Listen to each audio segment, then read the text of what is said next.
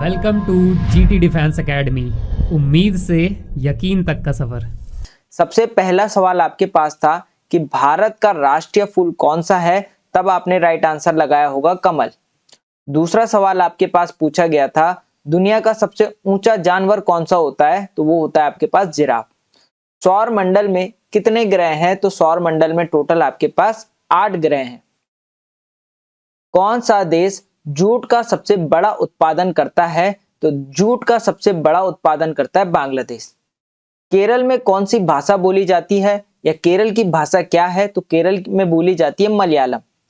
भारतीय ध्वज में अशोक चक्र क्या दर्शाता है, तो अशोक चक्र दर्शाता है धर्म चक्र का प्रतीक। या तो आपके पास ऑप्शन में धर्म चक्र का प्रतीक रहा होगा, या रहा होगा धर्म और न्याय का प्रतीक।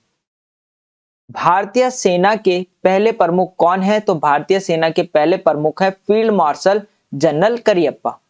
भारत के दूसरे राष्ट्रपति कौन है, तब आपने राइट आंसर दिया होगा कि सर ये डॉक्टर सर्वपल्ली राधाकृष्ण है। आयरन जिसे आप बोलते हैं लोह, लोह की कमी से कौन सा रोग होता है, तो आयरन की कमी से आपका एनीमिया रोग होता है। धातु और अधातु का मिश्रण क्या कहलाता है, तो धातु और अधातु का मिश्रण कहलाता है आपका मिश्र धातु, जिसे आप एलॉय कहते हो। A mixture of metal and non metal is called alloy. बिजली का सबसे खराब सुचालक कौन सा है, तो वो है आपके पास या तो ऑप्शन में लकड़ी रहा होगा या रबड़ रहा होगा, बैड कंडक्टर ऑफ इलेक्ट्रिसिटी। सार्वभौमिक जिसे आप यूनिवर्सल डोनर कहते हो। यूनिवर्सल डोनर कहने का मतलब है ऐसा ब्लड ग्रुप जो हर किसी को दे सके। तो वो जो ब्लड ग्रुप होता है वो अपना ब्लड ग्रुप किसी को भी दे सकता है, अपना ब्लड। शिक्षक दिवस कब मनाया जाता है, तो शिक्षक दिवस मनाया जाता है 5 सितंबर को। खगोलिक दूरी मापने की इकाई क्या होती है, तो खगोलिक दूरी किससे मापते हो आप, प्रकाश वर्ष से, लाइट ईयर से। आर्द्रता किसके द्वारा नापी जाती है, तो आर्द्रता आपकी हाइग्रोमीटर द्वारा नापी जाती है। मानव शरीर में कितने गुणसूत्र होते हैं, तो 46 गुणसूत्र होते हैं। श्वसन तंत्र का प्रमुख अंग कौन सा है, तो श्वसन तंत्र का प्रमुख अंग होता है फेफड़े।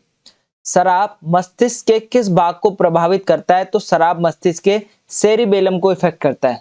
किसको करता है, सेरिबेलम को। ठीक है। भूकंप मापने वाला यंत्र क्या कहलाता है, तो वो कहलाता है आपका सिस्मोग्राफ। 2025 में महाकुंभ किस शहर में आयोजित हुआ था, तो ये हुआ था आपका प्रयागराज में। मधुमक्खी किससे संबंधित है, तो मधुमक्खी आपके मधुमक्खी पालन से संबंधित है। गौतम बुद्ध का जन्म कहां हुआ था, तो गौतम बुद्ध का जन्म हुआ था आपका लुम्बिनी, नेपाल में। विश्व का सबसे छोटा महाद्वीप कौन सा है, तो सबसे छोटा महाद्वीप ऑस्ट्रेलिया है। मलेरिया किसके द्वारा होता है, तो मलेरिया आपका प्रोटोजोआ के कारण होता है। ये आपके जीके और साइंस के क्वेश्चन थे। ठीक है। एक क्वेश्चन और था जीके का कि काराकोरम राष्ट्रीय राजमार्ग किस देश में स्थित है, तो आपके पास ये 4 ऑप्शन थे और जो राइट आंसर था आपका था वो था पाकिस्तान और चाइना। आपके पास अगला क्वेश्चन था 75, 25, 5 और 15 का एलसीएम आपको निकालना था। तो आप इसे डायरेक्ट ऑप्शन से भी कर सकते थे और आप बेसिक तरीके से भी करते। तो 75, 25, 5 और 15 का क्या निकाल लेते, एलसीएम निकाल लेते इस तरीके से। ठीक है। सबसे पहले छोटे नंबर से करते, 3 से करते। तो 3 दूनी 6 होता है, कैरी हो गया 1, 3 पंजे 15 होता है। 3 के टेबल में 25 नहीं आता तो 25 को एज इट इज लिख देंगे। 3 के टेबल में 5 नहीं आता, 5 को एज इट इज लिख देंगे। 3 5 जा 15। फिर 5 से करेंगे, 5 5 जा 25, 5 5 जा 25, 5 1 जा 5, 5 1 जा 5। फिर 5 से करेंगे, 5 1 जा 5, 5 1 जा 5, 1 और 1। क्या आ गया हमारे पास, 3 इंटू 5 इंटू 5, 3 पंजे 15। ठीक है, 15 पंजे 75, 75 आपके पास इसका राइट आंसर रहता। अगला सवाल, एक 100 मीटर लंबी ट्रेन है जो 36 किलोमीटर प्रति घंटे की चाल से चल रही है। वह एक व्यक्ति को कितने समय में पार करेगी। तो सबसे पहले डाटा लिख देंगे क्या दे रखा है। तो एक ट्रेन है जिसकी डिस्टेंस या दूरी कितनी लंबी है, तो दे रखी है 100 मीटर लंबी। और स्पीड, स्पीड मतलब चाल या गति बोल लो। ठीक है, स्पीड कितनी दे रखी है, तो चाल दे रखी है 36 kilometre per hour, 36 kilometre per hour.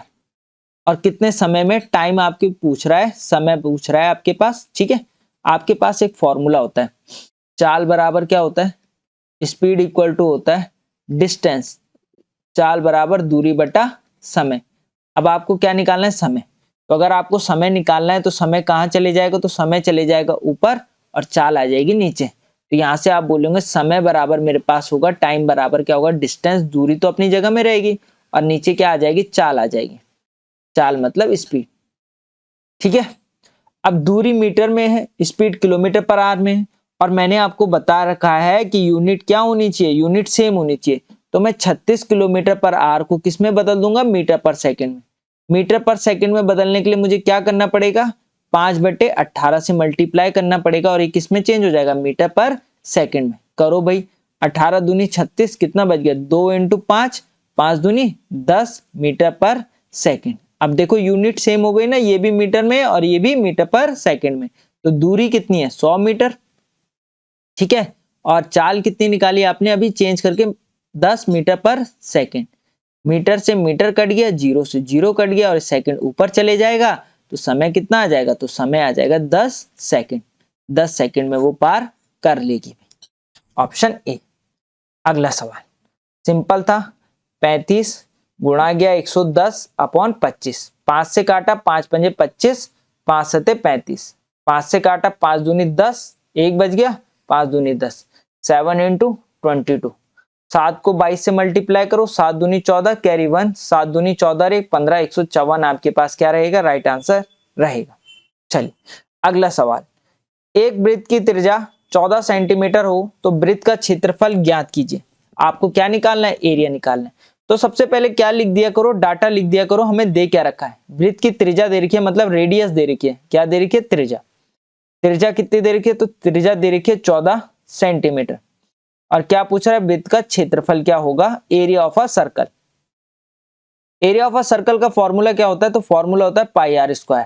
ठीक है, आर की वैल्यू दे रखी है, पाई की वैल्यू कितनी होती है, 22/7, आर की वैल्यू दे रखी है 14, और 14 का स्क्वायर मतलब 14 का 2 बार मल्टीप्लाई, तो 22/7 × 14 × 14।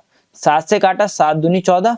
ठीक है, और 22 × 2 करोगे तो 44 × 14। 44 × 14 करो, जिसको नहीं आता वो ऐसे कर लो, 44 × 14। 14 चौको 56, कैरी हो गया 5, 14 चौको 56 और 56 और 5 होता है 61। 616 आपके पास राइट आंसर रहता। ठीक है, चलो, यदि 6 मोबाइल फोन की कीमत 51,000 रुपए है तो 93,500 रुपए में कितने मोबाइल फोन खरीदे जा सकते हैं। तो 6 मोबाइल कितने के बोल रहे हो, 6 मोबाइल की कीमत बोल रहा है 51,000 रुपए। तो यहां से पहले एक मोबाइल की कीमत निकालो। तो 6 मोबाइल की कीमत 51,000 रुपए, तो एक मोबाइल कितने का आ जाएगा, तो आप बोलोगे एक मोबाइल आ जाएगा 51,000/6। 51,000/6, 6 से काटा आपने। ठीक है, 6 8 48, 48 3 बज गया, 6 पंजे 30। ठीक है, 2 0 लगा दे, मतलब एक मोबाइल कितने का आ रहा है, एक मोबाइल आ रहा है आपका 8,500 का। ठीक है, और टोटल कितने के खरीदने, 93,500 के। 93,500 के अगर वो फोन खरीदने हैं, तो एक मोबाइल 50 से 6 का है, तो डिवाइड कर दो, 2 0 से 2 0 कट गए, 5 से काटो, 5 एकम 5, 3 बज गया, 5 सत्ते 35, 5 एकम 5, 4 बज गया 43, 8 पंजे 40, 3 बज गया, कितना बज गया 3, 5 सत्ते 35, 187/17। 17 से काटा आपने, 17 एकम 17, 1 बज गया, 17 एकम 17। मतलब कितने मोबाइल फोन आ जाएंगे, 93,500 रुपए के। तो आप बोलोगे 11 मोबाइल फोन आ जाएंगे। ठीक है, आ रही चीजें समझ में। ठीक है, समझ में आ रही तो कमेंट सेक्शन में बता देना। एक कक्षा में कुल 90 छात्र है, जिसमें से 2/3 छात्राएं हैं, मतलब गर्ल्स हैं, तो कुल लड़कों की संख्या ज्ञात करो। अरे 90 छात्र हैं टोटल, 2/3 गर्ल्स है, तो 2/3 निकाल दो, या तो 3 3 9 0, 3 दूनी 6, 60 जो है गर्ल्स है टोटल 90। अगर 60 गर्ल्स हो गई तो 90 टोटल है, 60 गर्ल्स है, माइनस कर दो 30 क्या होंगे, 30 बॉयज ही तो होंगे। बोलो समझ में आया। चलो, 4 सेंटीमीटर भुजा वाले वर्ग का क्षेत्रफल ज्ञात करो। ठीक है, तो भुजा साइड कितनी दे रखी है, तो आप बोलोगे भुजा कितनी दे रखी है, 4 सेंटीमीटर। वर्ग का क्षेत्रफल क्या होता है, वर्ग का क्षेत्रफल एरिया ऑफ अ स्क्वायर क्या होता है, भुजा का स्क्वायर। क्या होता है, भुजा का स्क्वायर। वर्ग क्या होता है, जिसकी सारी भुजाएं क्या होती है, बराबर होती है, वो वर्ग कहलाता है। भुजा कितनी दे रखी थी, 4, 4 का स्क्वायर करते, 4 चौको 16, 16 आपके पास राइट आंसर रहता। ठीक है, और आपके पास एक पॉइंट वाला क्वेश्चन आया था, स्टूडेंट ने कहा, एग्जैक्ट तो नहीं बताया कि पॉइंट में था क्या, और एक दो सवाल और थे जो बता नहीं पाए, ठीक है। और 5 रीजनिंग के क्वेश्चन थे। सबसे पहला क्वेश्चन था आपके पास कि थल सेना के प्रमुख कौन है, तब आप राइट आंसर करके आते जनरल उपेंद्र द्विवेदी जी। थल सेना दिवस कब मनाया जाता है, आर्मी डे कब मनाया जाता है, तो ये मनाया जाता है आपका 15 जनवरी को। तीसरा क्वेश्चन आपके पास था कि भारत की सबसे ऊंची चोटी कौन सी है, तब आप राइट आंसर करके आते गॉडविन ऑस्टिन। ये आपके पास K2 ऑप्शन में रहा होगा। अगला सवाल था 1971 की लड़ाई में कौन सा नया देश बना था, तो बांग्लादेश बना था। NDA, ठीक है, जिसे आप हिंदी में बोलते हो राष्ट्रीय रक्षा अकादमी, कहाँ स्थित है, तो NDA आपका खड़कवासला में। खड़कवासला कहाँ पड़ता है, पुणे महाराष्ट्र में। स्वतंत्र भारत के प्रथम भारतीय गवर्नर जनरल कौन थे, तो ये थे C राजगोपालाचारी। इसकी PDF आपको हमारे डिस्क्रिप्शन में मिल जाएगी, वहां ड्राइव आप जैसे खोलोगे वहां PDF आपको मिल जाएगी, आप उसे डाउनलोड कर लीजिएगा। राष्ट्रगान किसके द्वारा लिखा गया, तो राष्ट्रगान जो है रविंद्रनाथ टैगोर जी के द्वारा लिखा गया है। अगला सवाल था आपके पास, विश्वनाथ आनंद किस खेल से संबंधित है, तो ये शतरंज से संबंधित है, चेस से खेलते हैं। बिस्मिल्लाह खां का संबंध किससे है, तो ये प्रसिद्ध शहनाई वादक थे। प्रादेशिक सेना के अंदर कौन सा खिलाड़ी लेफ्टिनेंट कर्नल है, तो आपके पास राइट आंसर रहता है MS धोनी, ठीक है।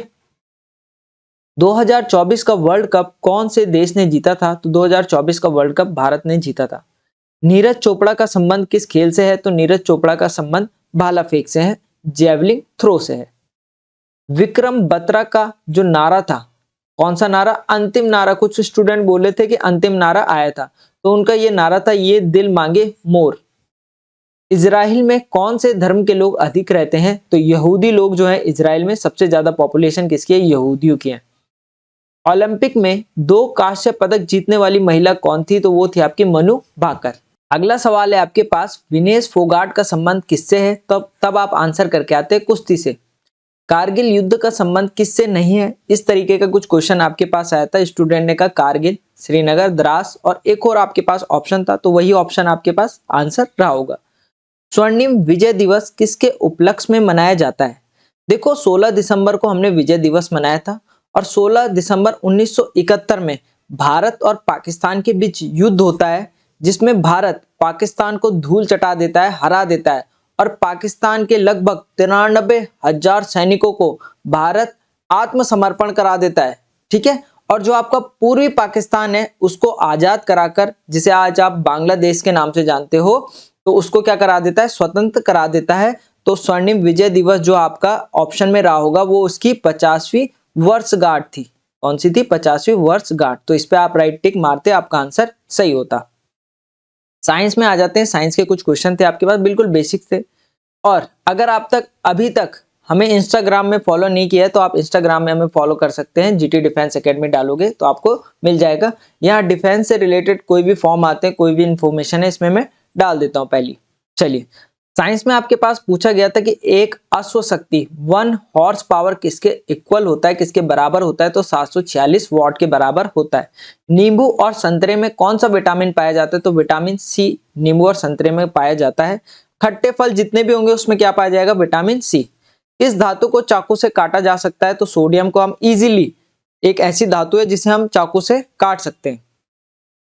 एड्स मानव के किस अंग को प्रभावित करता है, तो प्रतिरक्षा तंत्र, जो आपका इम्यून सिस्टम होता है ना, एड्स आपके इम्यून सिस्टम को नष्ट कर देता है। प्रतिरोध का एसआई मात्रक क्या होता है, तो प्रतिरोध का एसआई मात्रक होता है ओम। मानव शरीर की सबसे बड़ी हड्डी कौन सी होती है, तो तब आप राइट आंसर करके आते फीमर। अगला सवाल था आपके पास, रक्त का शुद्धिकरण कहाँ होता है, तो वृक्क में होता है, जिसे आप बोलते हो किडनी। हाइड्रोजन का प्रतीक क्या होता है, सिंबल क्या होता है, तो H जो है हाइड्रोजन का प्रतीक होता है। सोडियम का प्रतीक क्या होता है, Na होता है। कौन सा एंटीबायोटिक है, तो पेनिसिलिन आपके पास ऑप्शन रहा होगा, आपने टिक किया होगा।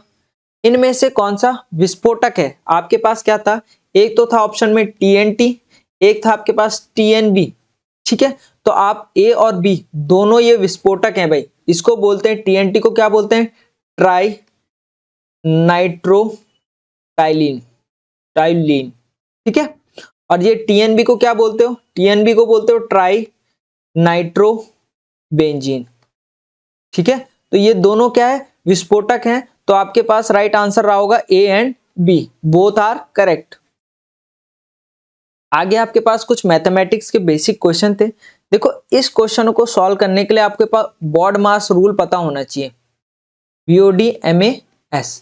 पहले क्या सॉल्व होता है, ब्रैकेट, फिर होता है ऑफ जिसे आप बोलते हो का, और इसका मतलब क्या होता है, मल्टीप्लाई, फिर होता है डिवाइड, फिर होता है मल्टीप्लाई, फिर होता है एडिशन, और फिर होता है सब्ट्रैक्शन। ठीक है, 5 पंजे कितना होता है, 25 होता है, और 25 में अगर आप 5 जोड़ोगे तो आपके पास राइट आंसर क्या रहेगा, 30। ठीक है, अगला आपसे कह रहा है सवाल कि 10 आदमी एक कुएं को 12 दिन में खोदते हैं। ठीक है, तो 5 आदमी इस कुएं को कितने दिनों में खोदेंगे। तो मैंने आपको MDH कॉन्सेप्ट पढ़ा रखा है। ठीक है, जिसमें क्या होता है, M1 आपको दे रखा है 10 आदमी, 10 मैन दे रखे हैं और 12 दिन। D1 दे रखा है कितने दिन, 12 दिन। M2 कितने, 5 आदमी, M2 दे रखे हैं 5 आदमी, और D2 आपसे पूछ रहा है कितने दिनों में उसे खोदेंगे कुएं को। सिंपल सा फॉर्मूला लगा देंगे, कौन सा, M1 into D1 equal to M2 into D2। Time and work वाली क्लास में मैंने डिटेल में आपको ये चीज बताई थी। M1 दे रखा है 10 आदमी, कितने दिन, 12 दिन। M2 कितना दे रखा है, 5 आदमी, कितने दिन। D2 आपसे पूछ रहा है, ये 5 डिवाइड में चले जाएगा, 10 इंटू 12/5, 5 दूनी 10 इक्वल टू D2, तो 12 दूनी 24 आपके पास कितना आ जाएगा, D2 आ जाएगा। 5 आदमी अगर इस कुएं को खोदेंगे तो कितने दिन लगेंगे, 5 दिन लगेंगे। 0.03 इंटू 0.005। मैंने जब आपको सिंप्लीफिकेशन कराया था तो मैंने क्या बोला था, अभी आप इसको 3 इंटू 5 लिखो सिंपल, और 5 दिया होता है 15, लिख दो। अब देखो कितनी संख्या के पहले पॉइंट है, 1 2 3, 3 संख्या के पहले पॉइंट यहाँ है, 1 2, 2 संख्या के पहले पॉइंट यहाँ है, तो टोटल कितने, 5 संख्या के पहले पॉइंट लगा दो, 1 2 3 4 5, 5 संख्या के पहले पॉइंट लगा दो, और यहाँ पे 0 0। ये आपके पास राइट आंसर है। 18 24 और 42 का HCF क्या होगा, हाईएस्ट कॉमन फैक्टर क्या होगा। तो फैक्टर कर दो भाई, गुणनखंड कर दो, 2 9 जा 18, 3 3 जा 9 और 3 1 जा 3। 2 से किया आपने, 2 1 जा 2, 2 2 जा 4, 2 से किया, 2 6 जा 12, 2 से किया, 2 3 जा 6 और 3 1 जा 3। ऐसी 42 के कर रहे होंगे फैक्टर, 2 2 जा 4, 2 1 जा 2, 3 7 जा 21, 7 1 जा 7। अब देखो कैसे करोगे इसे सॉल्व, यहाँ देखो 18 के क्या क्या फैक्टर आए, तो 18 क्या है, 2 इंटू 3 इंटू 3। 24 के क्या गुणनखंड आए, 2 इंटू 2 इंटू 2 इंटू 3। 42 के क्या गुणनखंड आए, 2 इंटू 3 इंटू 7 आ गए। अब ऐसा नंबर जो तीनों जगह कॉमन हो, तो आप बोलोगे सर एक तो ये 2 कॉमन है, ठीक है, और क्या कॉमन है, एक ये 3 कॉमन है, दो दो दोनों जगह है, जो क्या है दोनों जगह है, तो 2 3 6, 6 इसका क्या होगा, HCF होगा, हाईएस्ट कॉमन फैक्टर होगा। ठीक है, अगला क्वेश्चन है आपके पास 2x + 5 = 7, तो x का मान ज्ञात करो। तो 2x + 5 = 7 दे रखा है। अब ये 5 अगर इस तरफ जाएगा, दूसरी साइड जाएगा, तो इसका चिन्ह चेंज हो जाएगा, यहाँ प्लस है, इधर जाके क्या हो जाएगा, माइनस हो जाएगा। मैथमेटिक का रूल है, 7 माइनस का 5। 2x = 7 में से 5 गया तो आप बोलोगे 2, और x के साथ जो मल्टीप्लाई में होती है कहाँ चले जाती है, डिवाइड में, तो x = 2/2, मतलब x की वैल्यू क्या आ गई, 1 आपके पास राइट आंसर रहेगा। अगला सवाल आपसे कह रहा है कि एक वस्तु को 500 रुपए में खरीदा जाता है और उसे 200 रुपए में बेच दिया जाता है, तो वस्तु का हानि प्रतिशत ज्ञात करो। जब कोई वस्तु आप खरीदते हो उसे क्या बोलते हो, क्रय मूल्य बोलते हो, कॉस्ट प्राइस। और कॉस्ट प्राइस कितना दे रखा है, 500 रुपए दे रखा है, और 500 रुपए में खरीद रहा है और बेच रहा है कितने में, 200 में, तो विक्रय मूल्य क्या होगा, सेलिंग प्राइस कितना हो जाएगा, 200 रुपए। मुझे बताओ 500 में खरीदा 200 में बेचा तो हानि होगा, तो हानि परसेंट का फॉर्मूला क्या होता है, लॉस परसेंट का फॉर्मूला क्या होता है, जितने रुपए का लॉस हो रहा है, जितने रुपए की हानि हो रही है, और किस पे कैलकुलेट करते हैं, सीपी पर, कॉस्ट प्राइस पर, क्रय मूल्य पर, और परसेंटेज में बदलने के लिए इनटू 100। तो आप बोल रहे होंगे कि 500 में खरीदा 200 में बेचा तो 300 रुपए की हानि, और किस पर, क्रय मूल्य पर। क्रय मूल्य कितना है, 500 रुपए, परसेंटेज में बदलने के इनटू 100। 2 जीरो से 2 जीरो कट गया, 5 6 जा 30, 60% आपके पास राइट आंसर रहता। 3 कुर्सी का मूल्य 600 रुपए है। ठीक है, और 5 टेबल का मूल्य कितना है? 1500 रुपए। ठीक है, तो 2 कुर्सी और 2 टेबल का मूल्य ज्ञात करो। अगर 3 कुर्सी 600 में आ रही है तो एक कुर्सी कितने में आएगी? तो आप बोलोगे सर एक कुर्सी आएगी 600 बटे 3, मतलब एक कुर्सी की कीमत 200 रुपए होगी। और 5 टेबल 1500 के हैं तो एक टेबल कितने का होगा? तो एक टेबल होगा 1500 अपॉन 5, तो 5 3 जा 15, 300 रुपए का। अगर एक कुर्सी 200 रुपए की है तो 2 कुर्सी और 2 टेबल, तो एक कुर्सी 200 की तो 2 कुर्सी कितने की? तो 2 कुर्सी हो जाएगी 200 इंटू 2, तो 2 कुर्सियों की कीमत होगी 400 रुपए। और एक टेबल 300 का है तो 2 टेबल कितने के होंगे? तो 2 टेबल होंगे आपके 300 इंटू 2, 3 दूनी 600 रुपए। ठीक है, और इन दोनों का पूछा था कितना होगा टोटल, टोटल कितना रुपए हो जाएगा? 600 और 400 1000 रुपए। कहानी ठीक है। चलिए अगला सवाल आपके पास सिंपल इंटरेस्ट था। क्या कह रहे हैं? 3000 रुपए की मूल राशि पर, मतलब मूल राशि मूलधन प्रिंसिपल दे रखा है 3000 रुपए, 5% ब्याज, ब्याज कितना दे रखा है? ब्याज दे रखा है 5%, रेट ऑफ इंटरेस्ट दे रखा है 5%, और टाइम दे रखा है, समय दे रखा है 1 साल। और साधारण ब्याज बराबर क्या होता है आपके पास? साधारण ब्याज, जिसे आप बोलते हो सिंपल इंटरेस्ट। सिंपल इंटरेस्ट बराबर होता है प्रिंसिपल मूलधन इंटू रेट दर इंटू टाइम समय अपॉन 100। प्रिंसिपल कितना है? 3000 रुपए, रेट कितनी है? 5%, समय 1 साल अपॉन 100। 2 जीरो से 2 जीरो कट गए, 5 दिया 15, 150 रुपए आपके पास राइट आंसर रहा होगा। अगला सवाल था आपके पास 15 का स्क्वायर अपॉन 17 का स्क्वायर क्या होगा? तो 15 का स्क्वायर होता है 225 और 17 का स्क्वायर होता है 289। सिंपली आंसर कर देते। इस तरीके से नहीं हो रहा था तो किसी संख्या का स्क्वायर मतलब उसका 2 बार मल्टीप्लाई 15 इंटू 15 करते, 17 का स्क्वायर करते तो 17 इंटू 17 आपके पास 289 राइट आंसर रहता। अगला सवाल है आपके पास कि a plus B equal to 7, a into B equal to 10, then find the a minus B. a minus B क्या होगा? आप दिमाग में इसे कैसे करते हैं? आपको ऐसे दो नंबर चाहिए जिनका सम तो 7 आए और मल्टीप्लाई करके 10 आए, तो ऐसे दो नंबर सिर्फ 5 और 2 ही होंगे, 5 और 2 7 और 5 दूनी 10। ठीक है, तो a कितना है? 5, b है 2, तो 5 माइनस 2 करते तो आपके पास 3 आंसर आ जाता। बाकी आप फॉर्मूले से भी कर सकते हो a प्लस बी के होल स्क्वायर से, बाकी मैंने शॉर्ट तरीका आपको बता ही दिया। 3 आपके पास राइट आंसर हो। सबसे पहला क्वेश्चन था आपके पास शेर ए पंजाब के नाम से किसे जाना जाता है? तो तब आप आंसर लगाते लाला लाजपत राय। दूसरा सवाल था आपके पास कि विश्व का सबसे बड़ा रेगिस्तान कौन सा है? तो तब आप टिक मारते सहारा डेजर्ट, सहारा रेगिस्तान। विश्व का सबसे छोटा महाद्वीप कौन सा है? तो तब आंसर आप देते ऑस्ट्रेलिया। भारत के मिसाइल मैन के रूप में किसे जाना जाता है? तो डॉक्टर एपीजे अब्दुल कलाम को मिसाइल मैन ऑफ इंडिया के नाम से जाना जाता है। भारत का राष्ट्रीय पशु क्या है? तो पशु है बाघ, टाइगर। एनसीसी का आदर्श वाक्य, मोटो ऑफ एनसीसी क्या होता है? एकता और अनुशासन। हमारे कई स्टूडेंट थे जो एनसीसी वाले थे, उनका तो ये बिल्कुल राइट आंसर रहा होगा, उनमें से एक डिवाइन भी था। ठीक है, वर्तमान में भारतीय संविधान में कितने मौलिक अधिकार हैं? तो टोटल 6 फंडामेंटल राइट्स हैं हमारे इंडियन कॉन्स्टिट्यूशन में। द्रोणाचार्य पुरस्कार किसे दिया जाता है? तो द्रोणाचार्य पुरस्कार आपका कोचेस को दिया जाता है। भारत रत्न का डिजाइन किस वृक्ष के पत्ते की तरह बनाया गया है? तो पीपल के पत्ते की तरह उस डिजाइन को बनाया गया है। पिन कोड का फुल फॉर्म क्या होता है? तो पिन कोड का फुल फॉर्म होता है postal index number code. Bangladesh एक स्वतंत्र राष्ट्र कब बना था? तो 1971 में बांग्लादेश जो है एक स्वतंत्र राष्ट्र बना था। छत्तीसगढ़ की राजधानी क्या है? तो छत्तीसगढ़ की राजधानी होती है आपकी रायपुर। भारत का सबसे हल्का लड़ाकू विमान कौन सा है? तो वो है तेजस। ठीक है, LCA से कहा जाता है लाइट कॉम्बैक्ट एयरक्राफ्ट। ठीक है, इस तरीके से क्वेश्चन था। कुछ स्टूडेंट ने बोला कि क्वेश्चन ऐसे भी आया था कि भारत का स्वदेशी विमान कौन सा है, तो तब भी आप तेजस ही मार के आते भाई।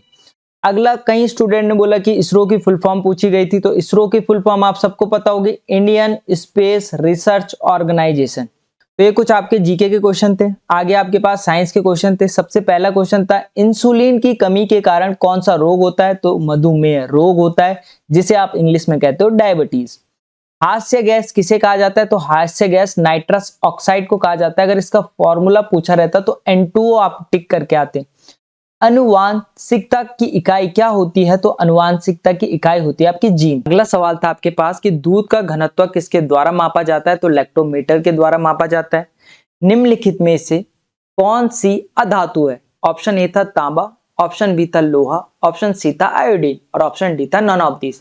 तो आयोडीन आपका राइट आंसर था, जो आपका नॉन मेटल है। अगला सवाल था आपके पास, प्रकाश किसके आर पार जा सकता है? तो रबर था आपके पास ऑप्शन में, लकड़ी था, ग्लास था, नॉन ऑफ दिस था। तो यहाँ आपके पास आंसर क्या होता? ग्लास होता। बहुत सिंपल और साधारण क्वेश्चन आपसे पूछे गए थे। ऑक्सीजन युक्त रक्त का परिवहन किसके द्वारा होता है? तो फुस्फुसिया सिरा के द्वारा होता है। बॉल पेन जो होता है ना आपका, किस सिद्धांत पर कार्य करता है? कौन से प्रिंसिपल पर वर्क करता है? तो वो करता है केशिका और पृष्ठ तनाव के, सरफेस टेंशन के। जो आपके पास ऑप्शन रहा होगा वो राइट रहा होगा। राइबोफ्लेविन क्या है? तो राइबोफ्लेविन जो है विटामिन है एक, और ये विटामिन B2 का केमिकल नेम है। वाहनों में रियर व्यू मिरर के रूप में किस दर्पण का उपयोग किया जाता है? तो कॉन्वेक्स मिरर का इस्तेमाल उसमें किया जाता है। आगे आपके पास मैथमेटिक्स के सवाल थे। सबसे पहला क्वेश्चन था आपके पास कि दो संख्याओं का HCF और LCM क्रमशः 18 और 3780 है। यदि उनमें से एक संख्या 540 है तो दूसरी संख्या आपके पास आपको निकालनी है। दूसरी संख्या ज्ञात करो। तो मैंने आपको एक सिंपल सा फॉर्मूला लिखा रखा है। फर्स्ट नंबर पहली संख्या इनटू सेकेंड नंबर दूसरी संख्या equal to HCF into LCM। बिल्कुल सिंपल है। अब जिसकी मैथ कमजोर है वो एक एक लाइन पे लिखा करो कि HCF कितना दे रखा है हमें? तो HCF 18 दे रखा है। LCM हमें कितना दे रखा है? तो LCM दे रखा है 3780। एक संख्या मतलब फर्स्ट नंबर मुझे क्या दे रखा है? तो फर्स्ट नंबर दे रखा है 540। और आपसे क्या पूछ रहा है? फाइंड द सेकेंड नंबर, दूसरी संख्या ज्ञात करो। तो एक एक स्टेप में हम वैल्यू पुट करते हुए चलेंगे। तो सबसे पहले मैं यहाँ वैल्यू पुट कर रहा हूं कि फर्स्ट नंबर हमारे पास है 540। सेकेंड नंबर हमें निकालना है, चाहे x ले लो चाहे सेकेंड नंबर को सेकेंड नंबर ही लिख लो। HCF कितना है? तो आप बोलोगे 18। LCM कितना है? 3780। अब यहाँ पे जो वैल्यू मल्टीप्लाई में होती है कहाँ चले जाती है? डिवाइड में। तो यहाँ से आप क्या बोल रहे होंगे कि सेकेंड नंबर हमारे पास क्या आ जाएगा? 18 इंटू 3780 अपॉन 540। आपको पता है एक जीरो से एक जीरो कट गया। 18 की टेबल में 54 कितनी बार आता है? तो आप बोलोगे 18 तिया 54। 18 3 जा 54। 3 से काटा आपने, 3 एकम 3, 3 दूनी 6, 1 बच गया, 3 छके 18। तो सेकंड नंबर आपका 126 रहता और 126 आपका क्या रहता? राइट आंसर रहता। उम्मीद कर रहा हूं ये क्वेश्चन आप सभी विद्यार्थियों ने सही किया होगा।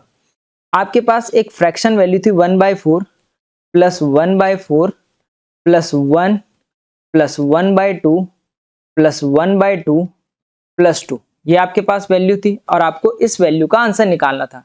तो नीचे जो भी संख्या होती है उनका सबसे पहले हम क्या ले लेते हैं? एलसीएम। तो इनका एलसीएम क्या आ जाएगा? 4 आ जाएगा। जिस संख्या के नीचे कुछ नहीं होता उस संख्या के नीचे क्या होता है? 1। ठीक है।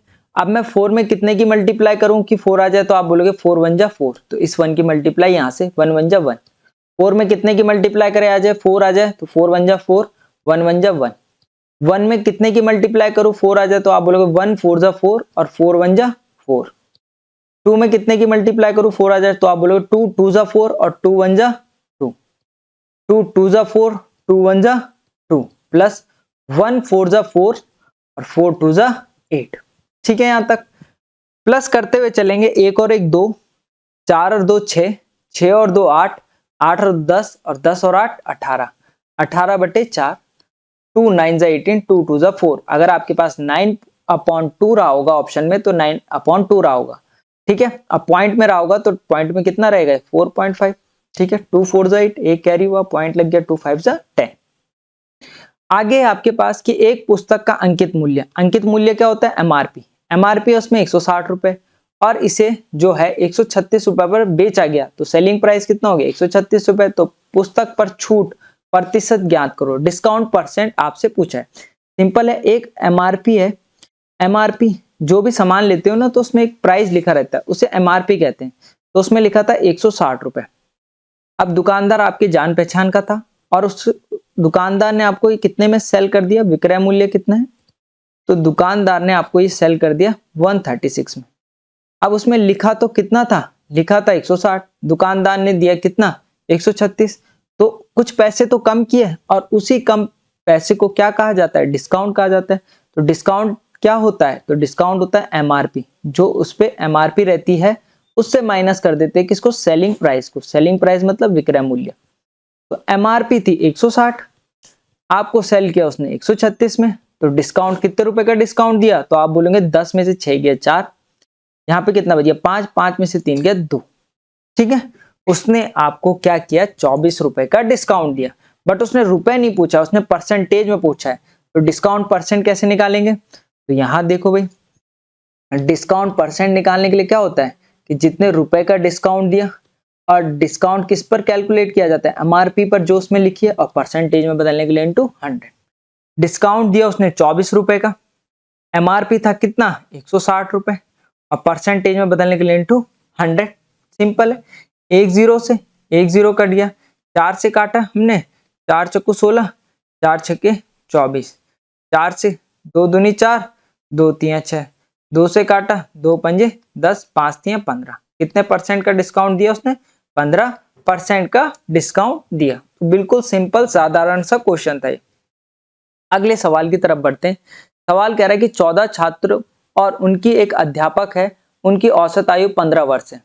यदि अध्यापक की आयु हटा दी जाए तो औसत 1 वर्ष में कमी आ जाती है, जो औसत है उसमें 1 वर्ष की कमी आ जाती है। कब, जब अध्यापक चले जा रहा है। तो अध्यापक की आयु आपसे पूछ रहा है। तो 14 तो स्टूडेंट है मैंने कहा, और एक क्या है अध्यापक, तो टोटल कितने हो गए 15 हो गए।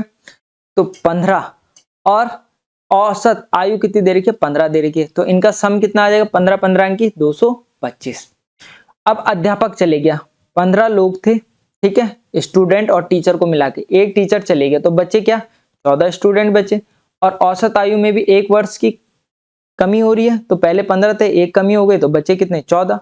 14 से 14 की मल्टीप्लाई करोगे आएगा 196, माइनस करो भाई, 15 में से 6 गया, कितना बचा, तो 9 बच गया। यहाँ पे कितना बची, 1, इसने इसको कैरी दिया 11, 11 में से 9 गया 2, तो टीचर की आयु कितनी होगी 29 ईयर होगी। सिंपल सा क्वेश्चन है, कई बार मैंने ऑफलाइन में करा रखा है, कई बार मैंने इसको ऑनलाइन में भी करा रखा है। चलिए अगला सवाल, बिल्कुल सिंपल सा सवाल, क्या कह रहा है, यदि क्रय मूल्य और विक्रय मूल्य, कॉस्ट प्राइस और सेलिंग प्राइस का रेशो 10:11 है तो लाभ प्रतिशत ज्ञात करो। उस सवाल में सिंपल कह रहा है कि क्रय मूल्य, कॉस्ट प्राइस कितनी है, उसने कोई वस्तु 10 रुपए में खरीदी, और सेलिंग प्राइस जिसे आप क्या बोलते हो, विक्रय मूल्य, सेलिंग प्राइस कितना है, सेलिंग प्राइस है 11 रुपए, 10 में खरीदा 11 में बेच दिया, कितने रुपए का प्रॉफिट, तो आप बोलेंगे 1 रुपए का प्रॉफिट, ठीक है। और आपसे पूछा लाभ प्रतिशत, लाभ प्रतिशत कैसे निकालते हैं, तो लाभ प्रतिशत बराबर होता है जितने रुपए का लाभ हो रहा है अपॉन क्या, सीपी क्रय मूल्य, परसेंटेज में बदलने के लिए इनटू 100। तो आप बोलेंगे 1 रुपए का लाभ हो रहा है किस पर, सीपी पर, सीपी कितना 10, परसेंटेज में बदलने के लिए इनटू 100, 0 से 0 कट गया तो बचा क्या 10%, 10% का क्या हो रहा है, प्रॉफिट हो रहा है। तो ये आपका राइट आंसर रहा होगा। यदि किसी संख्या का 20% 40 है तो वह संख्या ज्ञात करो। Let the number is x, माना वो संख्या x है और इस x का 20% कितना है, तो वो है 40, ठीक है। परसेंटेज हटेगा, नीचे क्या लगेगा 100 लगेगा, तो नीचे मैंने 100 लिख दिया, इक्वल टू 40, ये वैल्यू यहाँ चले जाएगी, ये वैल्यू नीचे आ जाएगी, तो x equal to cross multiply सुना है ना, बज गुणा 40 अपॉन 20 इंटू 100। तो आप बोलेंगे 20 दूनी 40, ठीक है, 20 दूनी 40, और आपका राइट आंसर क्या आ जाएगा 200। कोई दिक्कत, कोई परेशानी, ठीक है। चलिए भाई अगले सवाल की तरफ बढ़ते हैं। 3 संख्याओं का औसत 154 है, ठीक है। 3 संख्याओं का एवरेज अगर क्या है 154, first number plus second number plus third number, इन तीनों का एवरेज, एवरेज हम टोटल 54 है और कितने लोग हैं 3 है, तो इनका टोटल कितना आ जाएगा, इनका टोटल आ जाएगा first number plus second number plus third number equal to 154 into 3, ये 3 ऊपर चले जाएगा। अब तीनों नंबर निकाल लेते हैं, देखो कैसे निकलेंगे, first number plus second number plus third number. क्या कह रहा है सवाल? पहली संख्या दूसरी संख्या के दो गुनी है और दूसरी संख्या तीसरी संख्या के दो गुनी है ना। तो तीसरी संख्या को x मान लो और दूसरी संख्या क्या है? क्या है? दूसरी संख्या तीसरी संख्या की दोगुनी है, तो दूसरी दोगुनी तो 2x हो जाएगा। और पहली संख्या दूसरी की दोगुनी है, तो दूसरी की दोगुनी मतलब दो दूनी 4, पहली संख्या 4x हो जाएगी। पहली संख्या आ गई 4x, दूसरी संख्या आ गई 2x और तीसरी संख्या आ गई x। यार इनका सम कितना है? 154 इंटू 3। यहां से सम करते हुए चले आप, 4 और 2 6 और 1 7, 7x इक्वल टू 154 इंटू 3। ये 7 कहाँ चले जाएगा? डिवाइड में। तो यहां से आप क्या बोल रहे होंगे? x इक्वल टू मेरे पास क्या बचेगा? 154 इंटू 3/7। 7 दूनी 14, एक बच गया, ठीक है, 7 दूनी 14। x इक्वल टू कितना आ जाएगा? 22 इंटू 3, 3 दूनी 6, 3 दूनी 6। x की वैल्यू कितनी आ गई? 66। अगर x की वैल्यू 66 आ गई तो क्या कह रहा है? पहली संख्या कितनी थी? तो पहली संख्या थी 4x। पहली संख्या क्या कर लेंगे? 4 इंटू कितना कर लेंगे? 4x इक्वल टू 4 इंटू 66, 6 चौकू 24, कैरी हो गया 2, 6 चौकू 24 और 2 26, 264 जिसका आया होगा उसका राइट आंसर रहा होगा भाई। चलिए सिंपल सा सवाल है, 7/8 इंटू 3/5, सिंपल सा है, 7 तिया 21, 8 पंजे 40, बस खत्म। चलिए ये पॉइंट का मल्टीप्लाई कई स्टूडेंट ने गलत किया होगा, मैंने ऑफलाइन और ऑनलाइन कई क्लासों में बता रखा है। जब भी इस तरीके का क्वेश्चन आए इसको सिंपल पहले पॉइंट हटा के लिख दो। 125 की गुणा करनी है 85 से, गुणा करनी है तो सिंपल जैसे हम बचपन से करते आ रहे, कुछ शॉर्ट ट्रिक नहीं लगानी थी। 125 से 85 का मल्टीप्लाई करना था बिल्कुल बेसिक तरीके से। 5 पंजे 25, कैरी हो गया 2, 5 दूनी 10 और 2 12, कैरी हो गया 1, 5 एकम 5 और 1 6, ठीक है। 8 पंजे 40, कैरी हो गया 4, 8 दूनी 16 और 4 20, कैरी हो गया 2, 8 एकम 8 और 2 10, 5 2 6 10, 10,625, 10 6 2 5। ये आपका क्या आ जाता? ये पूरा सॉल्व करके आपका आ जाता। अब देखो पॉइंट कैसे, एक संख्या दो संख्या, दो संख्या के पहले क्या है? पॉइंट है। यहां देखो एक संख्या और दो संख्या, दो संख्या के पहले पॉइंट यहाँ है, एक संख्या दो संख्या, दो संख्या के पहले पॉइंट है, 2 और 2 4, चार संख्या के पहले पॉइंट लगाना, 1 2 3 4, चार संख्या के पहले पॉइंट लगाते तो ये आ जाता आपका 1.0625। अगला सवाल आपसे कह रहा है कि 2,000 रुपए की जमा राशि पर 5 वर्ष के बाद एक बैंक आपको 3,000 रुपए वापस करता है, तो साधारण ब्याज की प्रतिशत दर क्या होगी? तो बैंक में कितना रुपए जमा कर रहा है? तो जो बैंक में पैसा जमा होता है उसे प्रिंसिपल कहा जाता है, मूलधन। तो मूलधन है आपके पास 2,000 रुपए, बैंक आपको 5 वर्ष के बाद क्या दे रहा है? 3,000 रुपए। तो 3,000 रुपए क्या होगी आपके पास? तो 3,000 रुपए होगी आपके पास अमाउंट, जिसे आप मिश्र धन कहते हो, ठीक है। वो कितनी है? 3,000 रुपए जमा कर रहे हो, 2,000 बैंक दे रहा है, 3,000 कितने रुपए एक्स्ट्रा दे रहा है? 1,000 रुपए। अरे बाबू ये एक्स्ट्रा नहीं दे रहा है, ये जो आपने पैसा जमा कराया ना 2,000 रुपए, इस पर ब्याज दे रहा है। ब्याज मतलब इंटरेस्ट, तो सिंपल इंटरेस्ट कितना हो गया? 1,000 रुपए। साधारण ब्याज बराबर क्या होता है? सिंपल इंटरेस्ट बराबर प्रिंसिपल मूलधन गुणा रेट दर गुणा टाइम समय अपॉन 100। सिंपल इंटरेस्ट कितना है? 1,000 रुपए। प्रिंसिपल कितना है भाई बताओ? 2,000 रुपए। रेट आपको निकालनी है, टाइम आपको दे रखा है 5 साल अपॉन 100। 1 2 1 2, 2 जीरो से 2 जीरो कट गए, ठीक है। आर अपनी जगह में रहेगा, आर क्या रहेगा अपनी जगह में? ये 2 20 नीचे आ जाएगा और 5 भी नीचे आ जाएगा, तो R equal to 1,000 upon 20 into 5। Zero से जीरो कट गया, 5 दूनी 10 होता है, जीरो रह गया, 2 1 2 होता है, तो आर इक्वल टू कितना आ जाएगा? 10% आ जाएगा। कोई दिक्कत? सिंपल सा सवाल था। अगला सवाल था आपके पास 48 56 58 30 और 58 का औसत ज्ञात करो, या find the average of these number. ये नंबर दे रखे थे। एवरेज बराबर होता क्या है? औसत बराबर क्या होता है? तो आप बोलोगे संख्याओं का योग, सम अपॉन ऑल ऑब्जर्वेशन अपॉन संख्याओं की संख्या अपॉन टोटल ऑब्जर्वेशन, ठीक है। तो सम कर लेते 48 plus 58 plus 56 plus 30 plus 58 upon कितने नंबर है? 1 2 3 4 5 संख्याओं का योग अपॉन संख्याओं की संख्या। 8 और 8 16 और 8 24 और 6 30 कैरी हो गया 3। 4 और 3 7 7 और 5 12 12 और 5 17 17 और 3 20 और 20 और 5 25 250 अपॉन 5 5 पंजे 25 50 आपके पास क्या आ जाता? औसत आ जाता, एवरेज आ जाता। बिल्कुल सिंपल सा सवाल था, कोई दिक्कत इस सवाल में नहीं होनी चाहिए आप लोगों को। चलिए, एक बहुत बढ़िया सवाल मुझे ये लगा, कई लोगों ने इसे गलत किया क्योंकि एक स्टूडेंट मेरे से पूछ रहा था कि इसका आंसर क्या आएगा। ठीक है, अगर आपको चीजें पता होती थोड़ी बहुत तो आप इसे आसानी से कर लेते। एक आदमी हर रोज 226 मीटर चल रहा है। हर रोज मतलब एक दिन में वो कितना चल रहा है? 226 मीटर चल रहा है। और वह 7 सप्ताह में कितने किलोमीटर चलेगा? मुझे बताओ, एक सप्ताह या एक वीक में कितने दिन होते हैं? तो एक वीक में होते हैं 7 दिन। ठीक है, तो कितने सप्ताह हैं? तो 7 सप्ताह हैं। तो 7 वीक में कितने दिन होंगे? 7 सप्ताह में कितने दिन होंगे? तो आप बोलोगे 7 × 7, टोटल होंगे 49 डेज। ठीक है, एक दिन में 226 किलोमीटर, तो 49 दिन में कितना चलेगा? 226 मीटर। इसे मल्टीप्लाई करके आ जाता, मल्टीप्लाई करो। 226 की मल्टीप्लाई करनी है 49 से। 9 छक्के 54 होता है, कैरी हो गया 5। 9 दूनी 18 होता है, 8 और 5 13, 23 हो गया। 9 दूनी 18 और 2 20 होता है, क्रॉस लगाया। 6 चौको 24 होता है, कैरी हो गया 2। 4 दूनी 8 और 2 10, कैरी हो गया 1।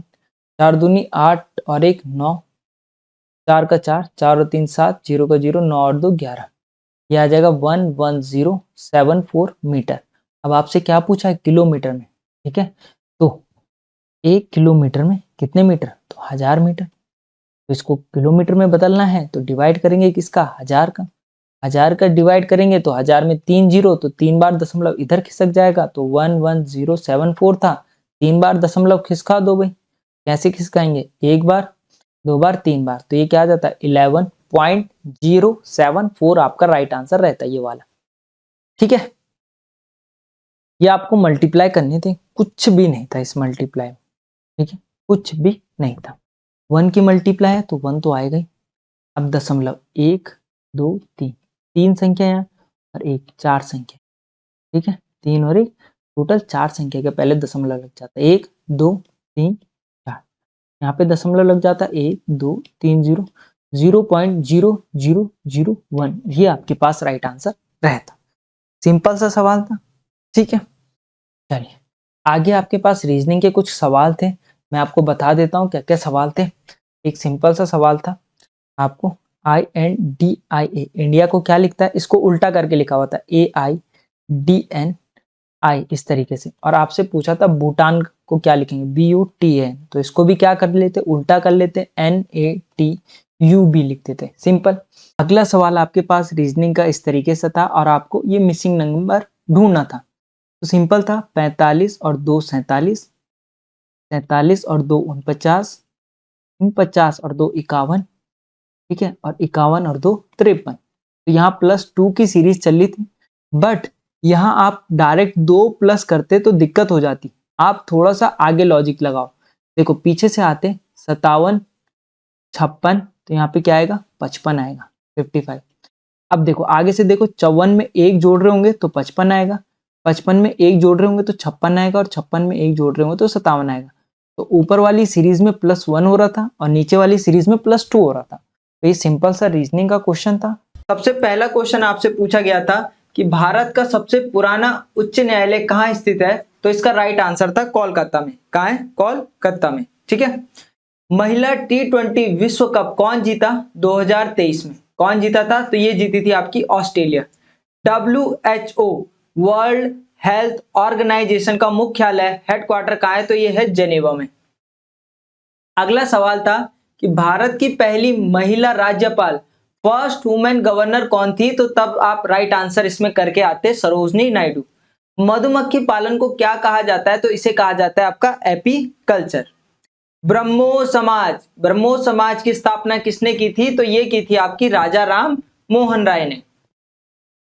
जिम्बाब्वे का पुराना नाम क्या था? तो जिम्बाब्वे का पुराना नाम था दक्षिण रोडोशिया। वायु में ध्वनि की गति कितनी होती है? तो वायु में ध्वनि की गति होती है 332 मीटर पर सेकंड। हंसाने वाली गैस का रासायनिक नाम क्या है? तो हंसाने वाली गैस होती है आपकी नाइट्रस ऑक्साइड, जिसे आप N2O कहते हो। क्या कहते हो? N2O, nitrous oxide. ठीक है, 17 से 21 तारीख की शिफ्ट के ओरिजिनल पेपर आपको मिल जाएंगे। ये आपका ARO लैंसडॉन का पेपर मिल जाएगा, बीजी का लैंसडॉन का, और बीजी रुड़की का पेपर भी आपको जीटी डिफेंस एकेडमी की एप्लीकेशन में मिल जाएगा।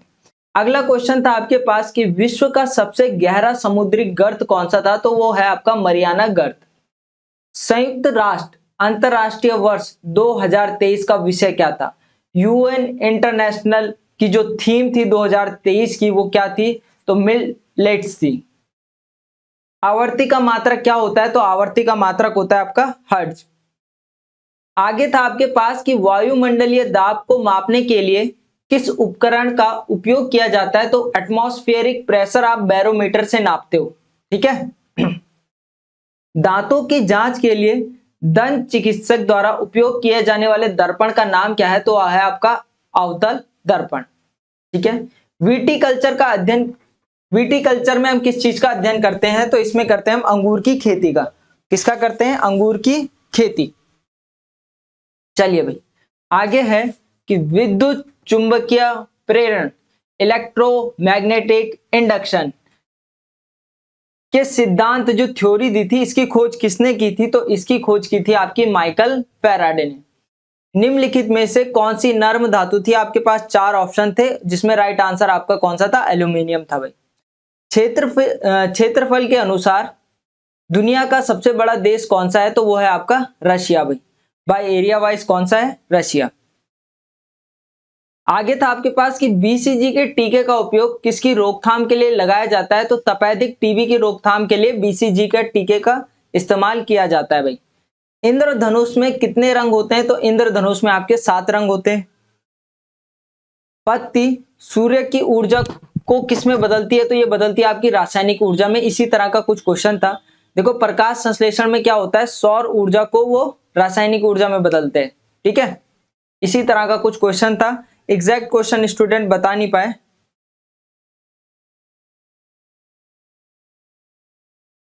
चलिए, आगे था हॉर्टिकल्चर में किसका अध्ययन किया जाता है? तो हॉर्टिकल्चर में जो आपका फूल, पत्तियां, पौधे, अनाज, इन सब का अध्ययन किया जाता है। इनमें से आपके पास एक ऑप्शन रहा होगा, वही आपके पास राइट आंसर रहा होगा भाई।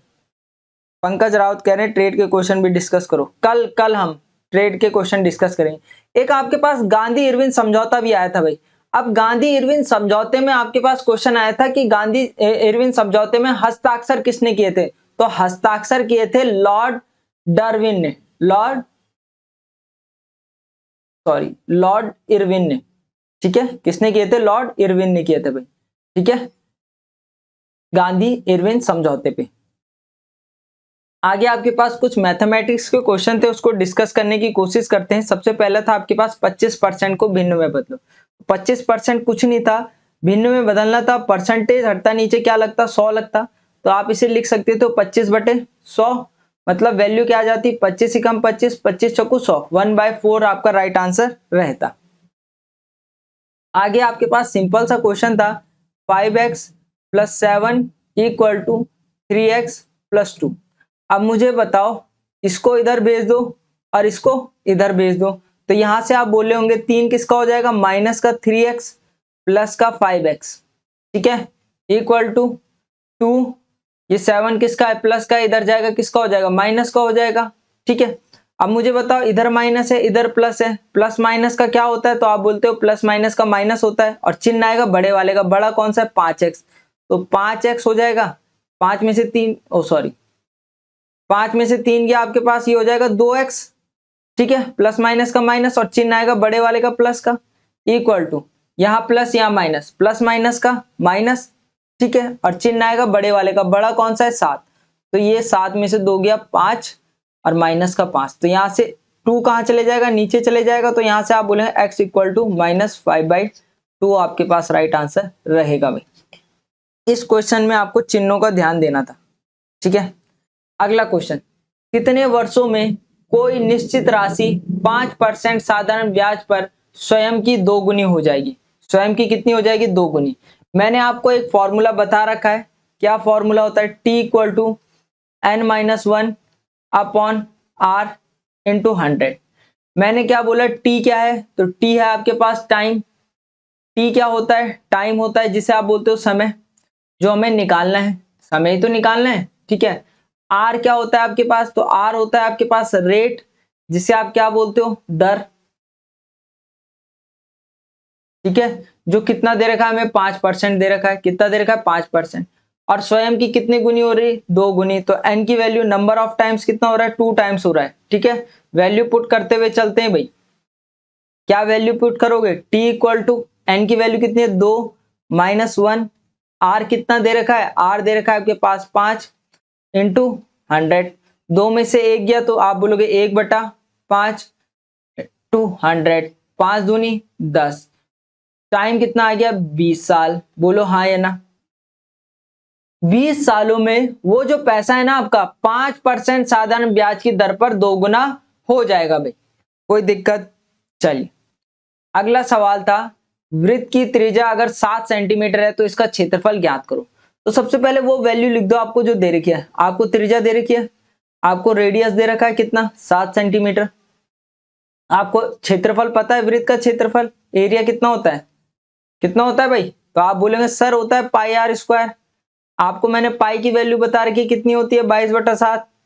आर की वैल्यू दे रखी है 7 इंटू 7 का स्क्वायर। तो यहां से आप इसे लिख रहे होंगे 22/7 इंटू स्क्वायर, मतलब 2 बार मल्टीप्लाई, 7 से 7 कट गया, 7 दूनी 14 कैरी 1, 7 दूनी 14 एक 15, 154 आपके पास राइट आंसर रहता भाई, कोई दिक्कत परेशानी। चलिए अगला सवाल था कि एक व्यक्ति ने एक वस्तु को 500 रुपए में खरीदा और 600 रुपए में बेच दिया, तो उसे कितने % का लाभ हुआ। खरीदने को क्या कहा जाता है, कॉस्ट प्राइस कहा जाता है, क्रय मूल्य कहा जाता है, बोलो हाँ या ना। अरे कहा जाता है, नहीं कहा जाता भाई, खरीदा मतलब कॉस्ट प्राइस कितनी दे रखी है, 500 रुपए दे रखी है, नहीं दे रखी, बेच रहा है, क्या हो रहा है, विक्रय मूल्य, सेलिंग प्राइस कितना रुपया है, तो आप बोलेंगे सर सेलिंग प्राइस है 600 रुपया, बोलो हाँ या ना। 500 में खरीदा, 600 में बेच दिया, कितने रुपए का लाभ, तो आप बोलेंगे सर लाभ हो रहा है 100 रुपए का, लाभ हो रहा है कितने का, 100 रुपए का, ठीक है। अरे 500 में खरीदा, 600 में बेच दिया, 100 रुपए का लाभ। और आपसे पूछ रहे लाभ प्रतिशत ज्ञात करो, तो लाभ प्रतिशत का फॉर्मूला होता है, प्रॉफिट परसेंट का फॉर्मूला क्या होता है, बोलो, जितने रुपए का आपको प्रॉफिट हुआ, जितने रुपए का आपको लाभ हुआ, लाभ और हानि किस पर, क्रय मूल्य पर निकालेंगे, कॉस्ट प्राइस पर निकालेंगे, और परसेंटेज में बदलने के लिए इनटू 100, बोलो हाँ या ना। अरे 100 रुपए का लाभ हुआ, किस पर, क्रय मूल्य पर, क्रय मूल्य कितना, 500 रुपया, परसेंटेज में बदलने के लिए इनटू 100, 2 जीरो से 2 जीरो कट गए, 5 दूनी 10, 20% आपके पास राइट आंसर रहेगा, ठीक है, कोई दिक्कत। चलिए अगले सवाल की तरफ बढ़ते हैं, नल और टंकी, है ना। क्या कह रहा है सवाल कि एक नल टंकी को 60 मिनट में खाली कर रहा है। ए जो है टंकी को 60 मिनट में खाली कर रहा है। यहां पे एक टंकी बना लेता हूं, ये टंकी है ना, एक है इसमें भरने वाला पाइप और एक है इसमें खाली करने वाला पाइप, यही तो होता है, एक टंकी भरती है और एक खाली होती है ना, यही तो करते हो। आपकी घर की जो टंकी है पहले भरती होगी ताजे पानी से, फिर आप उसमें बर्तन हाथ वाथ हर चीज धोते हो, पीने का पानी भरते हो, तो वो खाली भी हो जाती है। तो ऐसी कह रहा है कि जो 60 मिनट है ना, वो 60 मिनट में खाली कर दे रहा है। ए पाइप जो है 60 मिनट में खाली कर रहा है, ये ए पाइप है जो 60 मिनट में खाली कर दे रहा है, कितने मिनट में, 60 मिनट। और कह रहा है दूसरा नल 30 मिनट में भर रहा है, ये जो ऊपर भरने वाला नल है ना, बी मान लेते हैं, बी 30 मिनट में भर रहा है, ठीक है। अब पहले मैं इन दोनों के एलसीएम से निकालूंगा कैपेसिटी। कैपेसिटी बोले तो कि वो टंकी की कैपेसिटी कितनी है, वो 500 लीटर की है, 200 लीटर की, कितने लीटर की है, तो 60 और 30 का एलसीएम कितना आएगा, तो आप बोलोगे 60, तो वो टोटल 60 लीटर की क्या है, टंकी है, 60 लीटर की क्या है, टंकी है। अब ए जो है 6 एकम 6, उसकी कैपेसिटी, एक की इफिशियंसी से वो टंकी खाली हो रही है, और 30 दूनी 60, दो की इफिशियंसी से वो भर रही है, ठीक है। अगर 2 की इफिशियंसी से भर रही है, 1 की इफिशियंसी से खाली हो रही है, तो 2 में से 1 गया तो 1 ही की इफिशियंसी से भर रही होगी। भरनी कितनी है? 60 लीटर। 1 की इफिशियंसी से भर रही है, कितना टाइम लगेगा? 60 ही मिनट लगेंगे भाई। कितने मिनट लगेंगे? 60 ही मिनट राइट आंसर रहेगा। इसको सेम हम टाइम एंड वर्क के कॉन्सेप्ट से करते हैं भाई, ठीक है। अगर वो 60 मिनट में खाली कर रही है, ठीक है, और 30 मिनट में भर रही है, तो भरने में तो क्या लग रहा है? कम समय लग रहा है, ठीक है, आधे घंटे में भर जा रही। खाली करने में क्या लग रहा है? ज्यादा समय लग रहा है। चलिए अगला सवाल, यदि किसी राशि का 2 वर्ष का साधारण ब्याज 40 रुपए, 2 वर्ष का ब्याज जो है इंटरेस्ट कितना है? 40 रुपए। 2 वर्ष का ब्याज है आपके पास 40 रुपए, और 2 वर्ष बाद मिश्र धन, 2 वर्ष बाद आपको मिश्र धन कितना दिया? बैंक ने 2 वर्ष बाद आपको 1040 रुपए वापिस किए। मुझे बताओ कि बैंक ने 2 साल बाद आपको 1040 रुपए दिए। कितने रुपए दिए? 1040 रुपए। और बैंक ने 40 रुपए एक्स्ट्रा दिए हैं। कितने रुपए? 40 रुपए। वो एक्स्ट्रा नहीं दिए, वो ब्याज दिया किस पर? जो पैसा आपने जमा कराया था। अब अगर 40 रुपए ही एक्स्ट्रा दिए तो आप बोलोगे कि सर हमने 1000 रुपए जमा कराया होगा, मूलधन कितना रहा होगा? तो आप बोलोगे सर 1000 रुपए रहा होगा प्रिंसिपल, ठीक है, प्रिंसिपल 1000 रुपए रहा होगा। 40 रुपए बैंक ने आपको ब्याज के तौर पर दिए और बैंक ने वापस कितने किए? 1040। बिल्कुल सिंपल फंडा है, किसी को कोई दिक्कत? ठीक है। उल्टे में चलूं तो 1040 2 वर्ष बाद बैंक आपको दे रहा है, जिसमें 40 रुपए एक्स्ट्रा दे रहा है ब्याज के तौर पे। तो जमा कितने कराए? तो सर आप बोल रहे होंगे कि 1000 रुपए जमा कराए। आपको पता है सिंपल इंटरेस्ट साधारण ब्याज बराबर क्या होता है? मूलधन गुणा दर गुणा समय अपॉन 100। यही तो होता है। सिंपल इंटरेस्ट कितना दे रखा है मुझे बताओ? सिंपल इंटरेस्ट साधारण ब्याज कितना दे रखा है? 40 रुपए। अगर सिंपल इंटरेस्ट 40 रुपए, प्रिंसिपल कितना है? 1000 रुपए, रेट कितनी है आपको निकालनी है, समय आपको 2 साल दे रखा है, और अपॉन 100, 1 2 1 और 2, ये वैल्यू यहां चली जाएगी, आर अपनी जगह में रहेगा। यहां से आप बोलेंगे 40/10 इंटू 2, 0 से 0 कट गया, 2 दूनी 4, 2% के हिसाब से आपको क्या मिलेगा? 40 रुपए ब्याज मिलेगा अगर आप बैंक में 1000 रुपए जमा कराते हो तो, ठीक है। कितना परसेंट? 2% के हिसाब से आपको 40 रुपए ब्याज मिलेगा। चलिए अगला सवाल। देखो मैंने आपको एक फॉर्मूला बता रखा है। क्या फॉर्मूला बताया था? मैंने बोला था first number into second number, पहली संख्या गुणा दूसरी संख्या इक्वल टू होता है HCF मासापा गुणा LCM लासापा, यही होता है। अब वो बोल रहे दो संख्या 3 और 4 के अनुपात में, तो मैंने मान लिया एक संख्या, माना पहली संख्या मैंने मान ली x, पहली संख्या क्या मान ली? 3x, और दूसरे कितने की? 4 के अनुपात में, और दूसरी संख्या क्या हो जाएगी? तो आप बोलेंगे दूसरी संख्या हो जाएगी आपके पास 4x। बोलो हाँ या ना? उनके महत्तम समापवर्तन और लघुत्तम समापवर्तन, HCF और LCM का गुणनफल, ये क्या दिख रहा है आपको? प्रोडक्ट ऑफ LCM और HCF दिख रहा है। ये क्या है? बीच में गुणा है ना। HCF और LCM का क्या दे रखा है आपको? गुणनफल दे रखा है कितना? 2028 दे रखा है, ठीक है। पहली संख्या आपने 3x मान ली, दूसरी संख्या आपने 4x मान ली, और आपसे पूछ रहा है संख्याओं का योग ज्ञात करो, ठीक है। मुझे बताओ 4 तियां कितना होता है? 12 होता है, और x इंटू एक्स कितना होता है? तो आप बोलोगे sir x square equal to 2028, ठीक है। कहानी ये 12 कहाँ चले जाएगा? नीचे डिवाइड में चले जाएगा, तो आप बोलेंगे x square equal to 2028 upon 12। काट दो भाई, इसे किससे काटोगे? 12 से काटोगे, 12 एकम 12, कितना बच गया? तो आप बोलेंगे सर 8 बच गया, ये हो गया 82, 82 हो गया। 12 पंजे 60, 12 छके 72, ठीक है। कितना बच गया? 10 बच गया, क्योंकि 82 था ना 82, 72, 12 छके 72, 10 बच गया, ये 108 हो गया। 12 नमे 108। अगर मुझे बताओ कि x स्क्वायर बराबर कितना? 169, तो इधर से स्क्वायर हटेगा, इधर क्या लग जाएगा? स्क्वायर रूट लग जाएगा, तो x equal to under root 169। तो x की वैल्यू कितनी आ जाएगी? तो 169 किसका होता है? तो बोलोगे आप सर 13 का होता है। किसका होता है? 13 का। यहां तक कोई दिक्कत? अब आपसे पूछ रहा है कि संख्याओं का योग ज्ञात करो। संख्याओं का योग, संख्या क्या मानी है? 3x मानी है और 4x मानी है, ठीक है। तो बताओ भाई, x की वैल्यू 13 निकाल दी, तो 3 इंटू 13 और 4 इंटू 13, 13 तिया 39 होता है और 13 चौकू 52 होता है। 9 और 2 11, कैरी 1, 5 और 3 8 और 1 9, 91। या तो आप इसे डायरेक्ट कर सकते हैं, 4 और 3 कितना होता है, तो आप बोलते हैं 7x। अगर x की वैल्यू 13 है तो 7x बराबर कितना, 7 इंटू 13, 13 सत्ते भी 91 होता है। 13 सत्ते भी कितना होता है, 91। एक तो इस तरीके से आप करते बाय फॉर्मूला, ठीक है। और कैसे कर सकते थे आप इसे, देखो जिसको फॉर्मूला भी नहीं पता है वो इसको इस तरह से भी कर सकता था। कैसे, देखो भैया, दो संख्याओं 3 और 4 के अनुपात में दे रखी थी। किसके अनुपात में दे रखी थी, 3 और 4 के अनुपात में, और उनका महत्तम समापवर्तन और लघुत्तम समापवर्तन का गुणनफल दे रखा था 2028। 2028 ये क्या है, एलसीएम और एचसीएफ का प्रोडक्ट है, ठीक है। अब एक संख्या मान लिया आपने 3x और एक संख्या मान ली 4x। अब ये एलसीएम और एचसीएफ का प्रोडक्ट है ना, तो इन दोनों का पहले निकालते एचसीएफ, हाईएस्ट कॉमन फैक्टर। अब इन दोनों में कॉमन फैक्टर क्या है, तो आप बोलोगे सर इन दोनों में कॉमन फैक्टर है सिर्फ x है, तो इनका एचसीएफ क्या आ जाता है, x।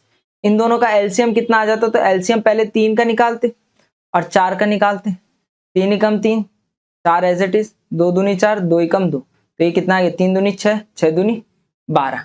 एलसीएम कितना आ गया इसका, तो आप बोलते हैं इसका एलसीएम आ गया 12, ठीक है।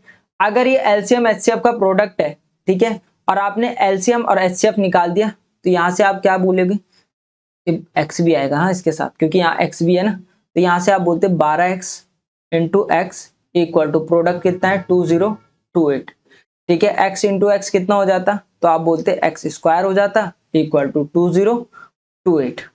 यहां से आप बोलते एक्स स्क्वायर बराबर कितना 2028 अपॉन 12।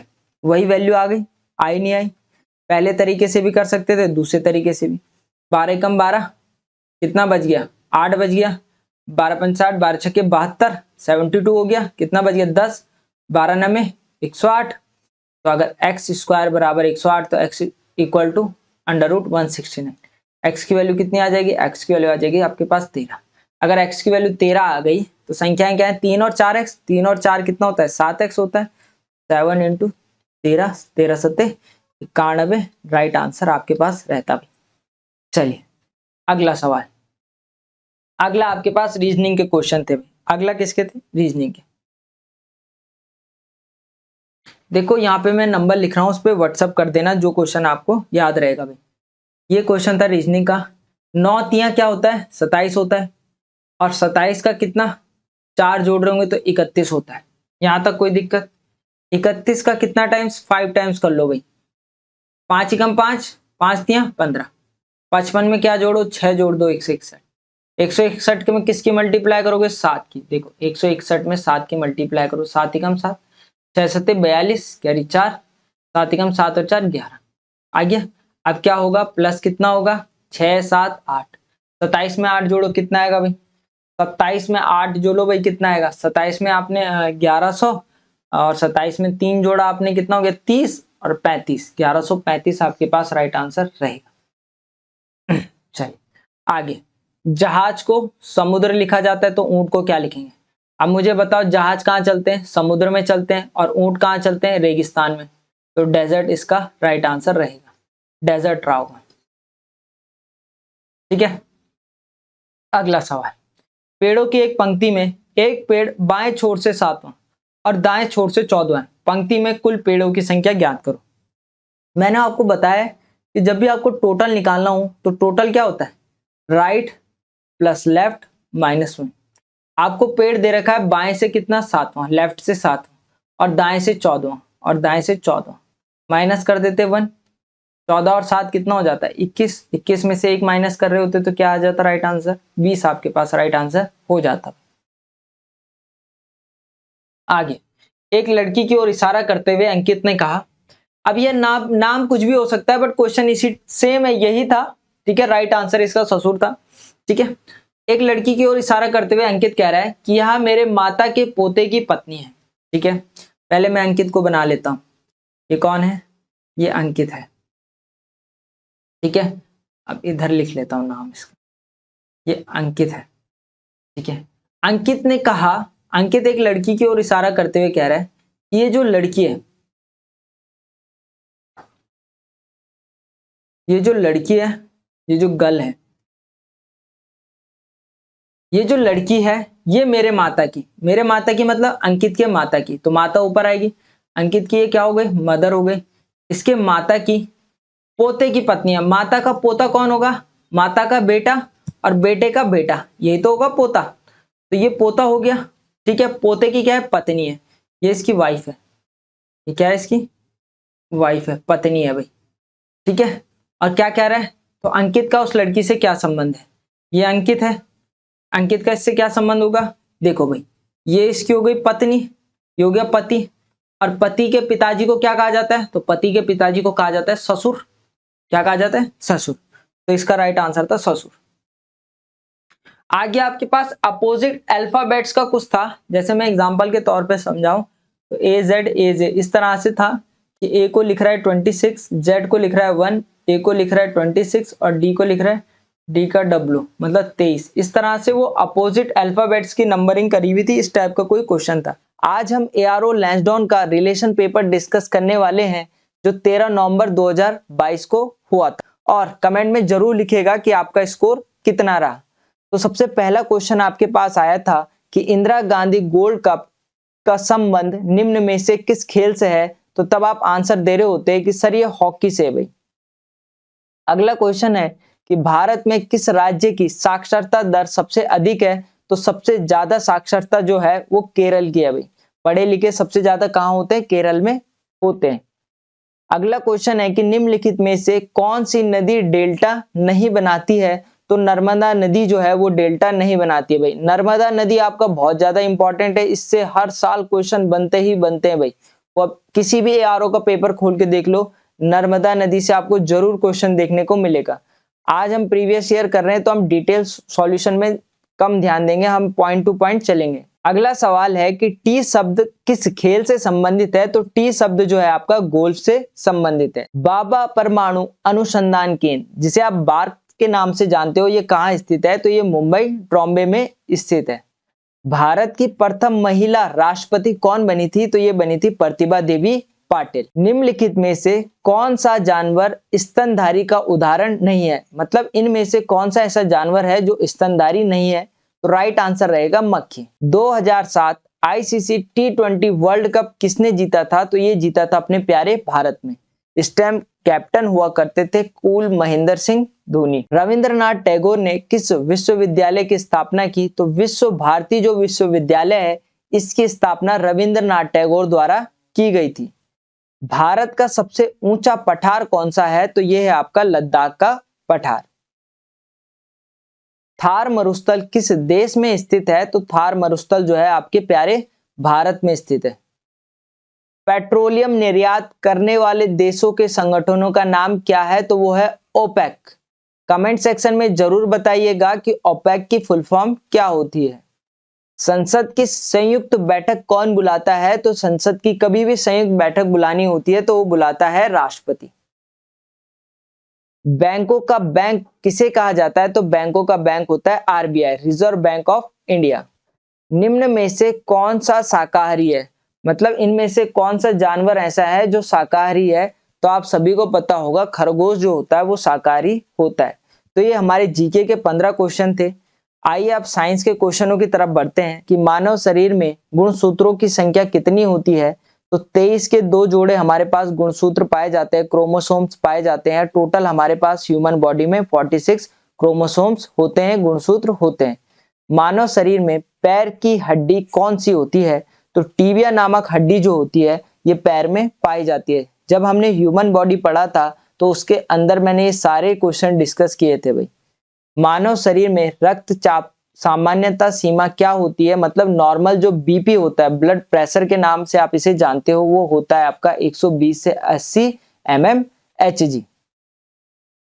बीसीजी के टीके का उपयोग किसकी रोकथाम के लिए किया जाता है, तो ट्यूबरक्लोसिस तपेदिक के रोकथाम के लिए बीसीजी का टीके का इस्तेमाल किया जाता है।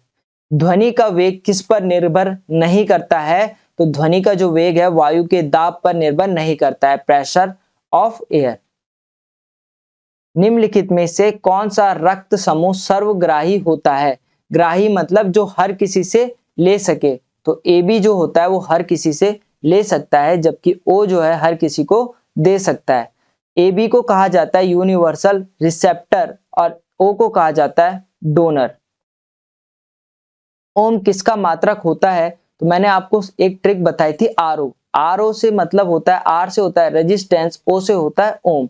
तो ओम जो है किसका मात्रक होता है? रेजिस्टेंस का मात्रक होता है, जिसे आप हिंदी में बोलते हो प्रतिरोध।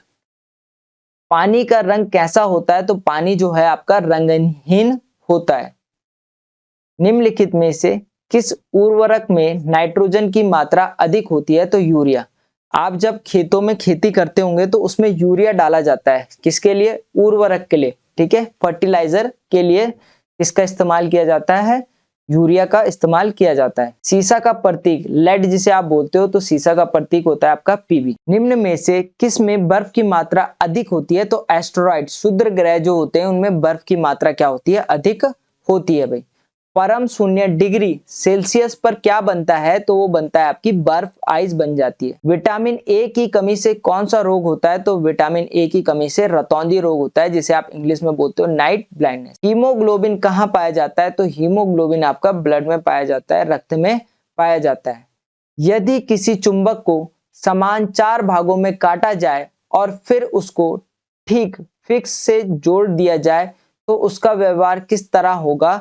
तो उसका जो व्यवहार है 4 दंड चुंबक में बदल जाएगा। तो ये आपके कुछ साइंस के क्वेश्चन थे। अभी हम स्टार्ट करेंगे आपका मैथ्स एंड जो रीजनिंग का पोर्शन होता है। तो सबसे पहला क्वेश्चन आपके पास मैथ्स का है, एक धनराशि साधारण वर्ष पर 8 वर्षों में 3 गुना हो जाती है। यहाँ पे मेन चीज है, आपको ये लाइन समझनी है कि 8 वर्षों में 3 गुना हो जाती है का क्या मतलब है, और पूछा है फिर आपसे ब्याज की दर निकालो। अब देखो, मान लो जो आपका मूलधन था या फिर जो आपका प्रिंसिपल था, वो पहले आप 1 रुपए मानो, कुछ भी मानो, वो आप पे डिपेंड करता है। एक में इसलिए मानो क्योंकि इससे कैलकुलेशन आसान पड़ेगी। अगर मेरा जो मूलधन था वो 1 रुपए था, तो 8 साल बाद, ठीक है, 8 साल बाद जो मेरा मिश्रधन हो जाएगा, अमाउंट हो जाएगा, वो कितने गुना हो जा रहा है? 3 गुना। तो 1 का 3 गुना कितना होता है? आप बोलोगे 3। तो यानी कि अगर मेरा मूलधन 1 रुपए था तो 8 साल बाद जो मेरा मिश्रधन होगा वो कितना हो जाएगा? 3 रुपए। अब आपको पता है कि अगर हमारे पास कभी मिश्रधन दिया हो, मूलधन दिया हो, तो हम साधारण ब्याज कैसे निकालते हैं? साधारण ब्याज, आप बोलेंगे साधारण ब्याज का हमें फॉर्मूला पता है, वो होता है हमारा मिश्रधन और माइनस मूलधन। यही होता है भाई, सबने पढ़ा है, बिल्कुल सही। तो यहां से हमारा साधारण ब्याज कितना हो जाएगा? मिश्रधन है हमारा 3 माइनस मूलधन है हमारा 1। तो यहां से हमारा जो साधारण ब्याज निकल के आ जाएगा वो कितना आ जाएगा? 2। अब हमने साधारण ब्याज क्यों निकाला? क्योंकि हमने फॉर्मूला पढ़ रखा है, जो बेसिक फॉर्मूला आता है इसमें क्या होता है? साधारण ब्याज बराबर मूलधन गुणा दर गुणा समय बटे 100। पढ़ा है सभी ने, आप सभी को याद होगा, बस आपको इस फॉर्मूले को लगाना है। साधारण ब्याज कितना है यहाँ पे? आप बोलेंगे 2। 2 हो गया। मूलधन कितना है? मूलधन कितना माना था हमने? 1। तो 1 मल्टीप्लाई बाय दर, दरी तो हमें निकालनी है, तो दर को आप दरी रहने दो, सही रहेगा। मल्टीप्लाई बाय समय, समय कितना है? आप बोलोगे 8 साल। तो यहां से हमारा मल्टीप्लाई बाय 8 अपॉन में 100। क्लियर? अब आप चाहो तो आपको दर निकालना है, तो दर बराबर क्या आ जाएगा? अब ध्यान से देखो, यहाँ पे थोड़ा कंफ्यूजन हो सकता है। 2, अब मैंने क्या किया, जो 100 यहाँ डिवाइड में था ना, दर के, दर और 100 का रिलेशन था भाग का, तो ये 100 यहाँ से गुणा में आ जाएगा, तो 2 गुणा 100 हो जाएगा, और बट्टे में डिवाइड हो जाएगा हमारा 8। अब आप बोलोगे आपने 8 को डिवाइड क्यों किया? क्योंकि जो 8 का रिलेशन संबंध था दर के साथ, वो गुणा का था, तो गुणा वाली चीज जब दूसरी साइड जाती है वो भाग में चली जाती है। अब 2 से 8 को काटो 4 बारी, एंड 4 से 100 को काटो, कितनी बारी कटता है? 25 बारी। तो यानी जो आपकी दर की प्रतिशत है वो कितनी आ जाएगी? 25%। अब ये तो था एक बेसिक मेथड। अगर आपको इसके लिए शॉर्ट चाहिए तो इसका डायरेक्ट शॉर्टकट तरीका होता है। अगर आपको कभी भी रेट परसेंट निकालना हो एंड आपका क्वेश्चन कुछ इस तरह से हो, तो डायरेक्ट शॉर्टकट मेथड होता है n-1 अपॉन में t इंटू 100, इतने परसेंट। क्लियर? जहां पे ध्यान से समझ लो, n जो होता है वो होता है आपका पैसा कितने गुना हो रहा है। यहाँ पे n कितना था? 3 गुना हो रहा है। 3 माइनस 1 बटे t क्या होता है? टाइम। टाइम कितना है? 8 साल। 8 मल्टीप्लाई बाई 100। तो अगेन यहाँ पे 3 में से 1 जाएगा 2, और बटे 8 गुणे 100, वही आ रहा है। 2 से 8 काटो 4 बारी, 4 से 100 काटो 25 बारी। अगेन आंसर वही आएगा, चाहे आप इससे जाओ चाहे बेसिक मेथड से जाओ। बेसिक मेथड बताने का मेन रीजन यही था, आपको कंसेप्ट पता रहे कि ये आया कैसे। क्लियर? आपको क्लास थोड़ी सी मे बी स्लो या फास्ट लग रही होगी, वो हम टाइम के साथ चेंज कर लेंगे, ठीक है।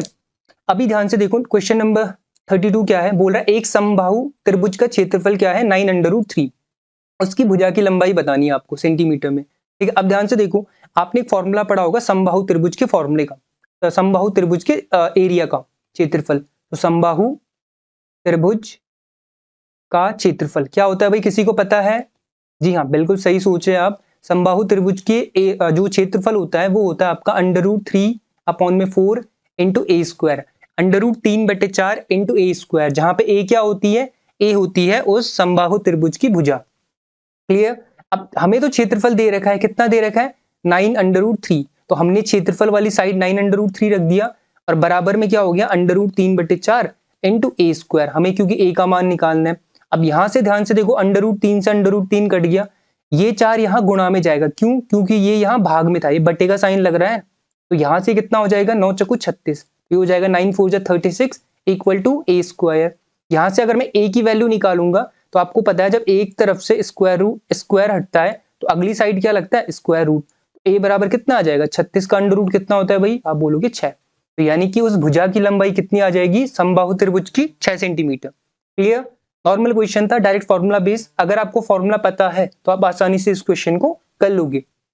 नेक्स्ट क्वेश्चन देखो, ये भी अगेन फॉर्मूले पे बेस्ड क्वेश्चन है।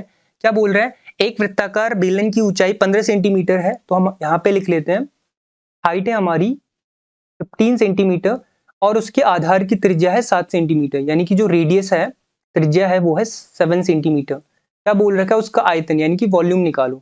आपको ही पता है वॉल्यूम ऑफ बेलन, बेलन को हम क्या बोलते हैं सिलेंडर, तो सिलेंडर का वॉल्यूम क्या होता है भाई, आप बोलोगे पाई आर स्क्वायर एच, जहां पे पाई की वैल्यू रखो 22/7 multiply by R square, R कितना है हमारा 7, तो 7 का स्क्वायर यानी कि 7 × 7 and multiply by H, H कितना है हमारा 15।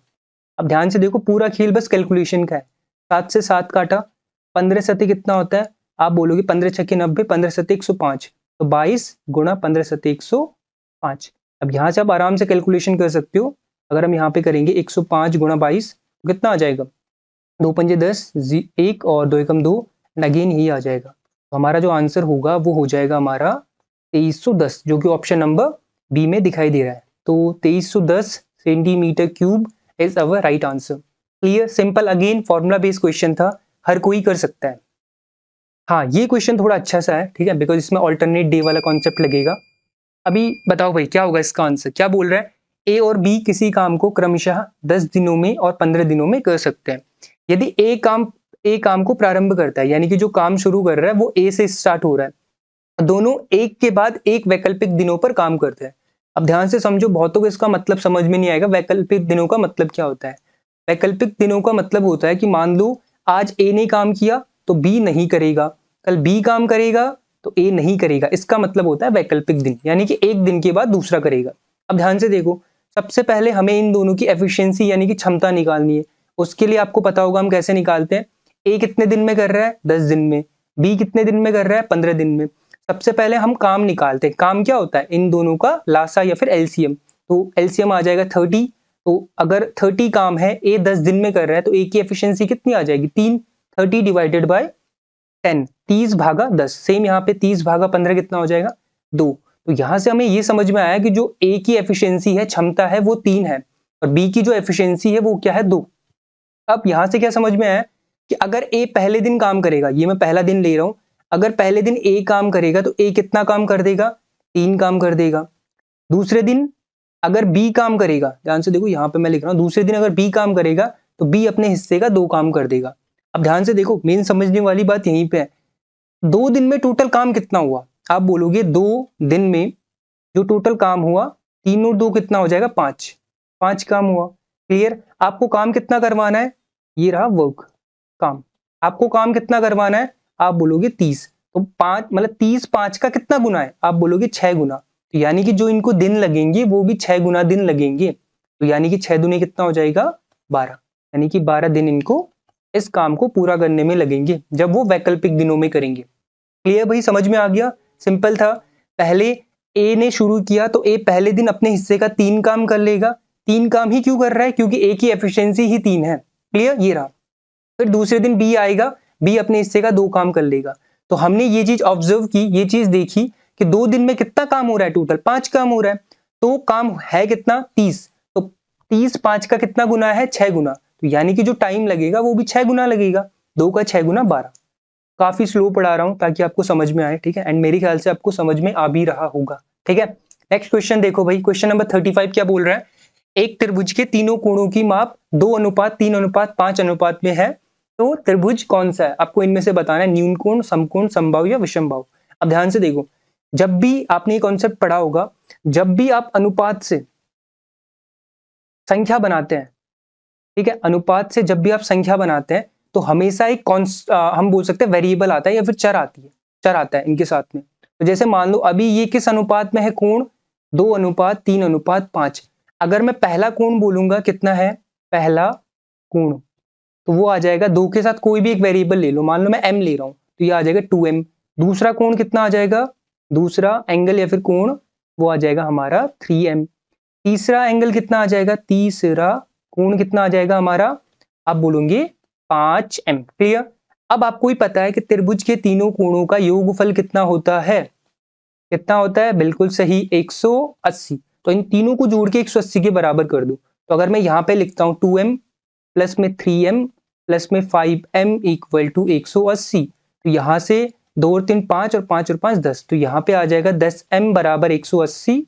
तो m बराबर क्या आ जाएगा हमारा, यहाँ से ध्यान से देखो 180 तो वहां था ही, अब ये 10 इसके साथ डिवाइड में आ जाएगा। डिवाइड में क्यों, क्योंकि ये m के साथ यहाँ गुणा में है, तो गुणा की चीज दूसरी साइड जाके किस में चली जाती है, भाग में। तो यहाँ से ये 180 10 से कटेगा 18 बारी, यानी कि m का मान कितना आ गया, 18।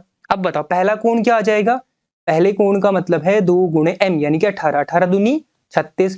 दूसरे कोण का मान कितना आ जाएगा, 3 गुणे 18, 18 तिया 54। और तीसरे कोण का मान कितना आ जाएगा, 5 गुणे 18 यानी कि 18 पंजे 90। तो कुछ आपको दिखा, जहां पे हमें 90 डिग्री दिख गया वो कौन सा त्रिभुज होता है, आप बोलोगे समकोण त्रिभुज होता है। तो ऑप्शन नंबर बी हमारा इसका बिल्कुल राइट आंसर हो जाएगा। क्लियर भाई, बिल्कुल बेसिक तरीके से, आप चाहो तो इसको डायरेक्ट भी कर सकते थे, ठीक है। नेक्स्ट क्वेश्चन देखो, अब यहाँ पे आपके पास सिंप्लीफिकेशन का सवाल है, क्या बोला है, इसको सॉल्व करना है। तो वही नॉर्मल मेथड सिंप्लीफिकेशन में, बिकॉज बाकी कुछ नहीं चलता। आपको क्या करना है, 2750 का मतलब होता है गुणा 43, और जब परसेंट हटेगा तो नीचे 100 आएगा, माइनस 2990 का 38 और परसेंट हटेगा तो नीचे 100 आएगा। अब ध्यान से देखो, 0 से मैंने 0 काट दिया, यहाँ पे भी 0 से 0 काट दिया। अब ये 10 तो इन दोनों में कॉमन है ही ना, इसको रहने दो अभी फिलहाल। अब गुणा करो, यहाँ पे देखो आपको मल्टीप्लीकेशन करनी ही पड़ेगी।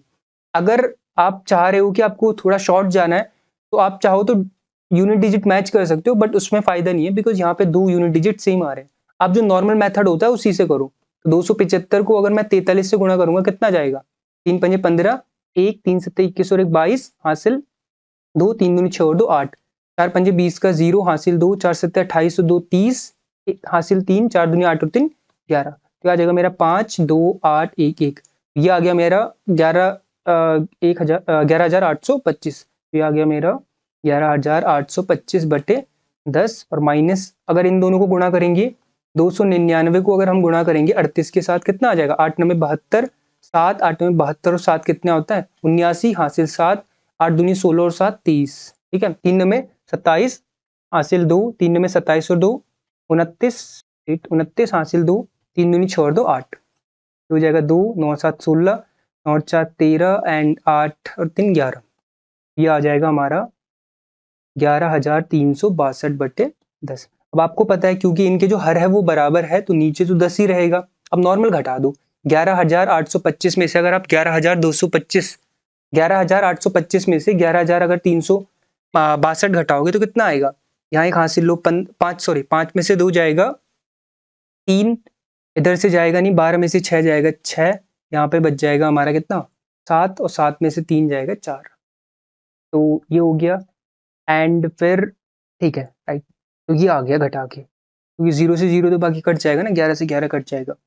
तो यहाँ पे हमारा आंसर कितना आया, आप बोलोगे आंसर हमारा जो आ गया, अब इसको आपको 10 से भाग देना है तो कितना आएगा 46.3, क्योंकि एक के पीछे एक 0 है तो आंसर में एक नंबर बाद दशमलव लग जाएगा। तो राइट आंसर क्या होगा हमारा, आप बोलोगे राइट आंसर जो होगा 46.3 होगा। क्लियर। तो मेरे ख्याल से ऑप्शन नंबर डी आपका बिल्कुल राइट आंसर हो जाएगा। क्लियर भाई। नेक्स्ट क्वेश्चन देखो क्या बोल रहा है।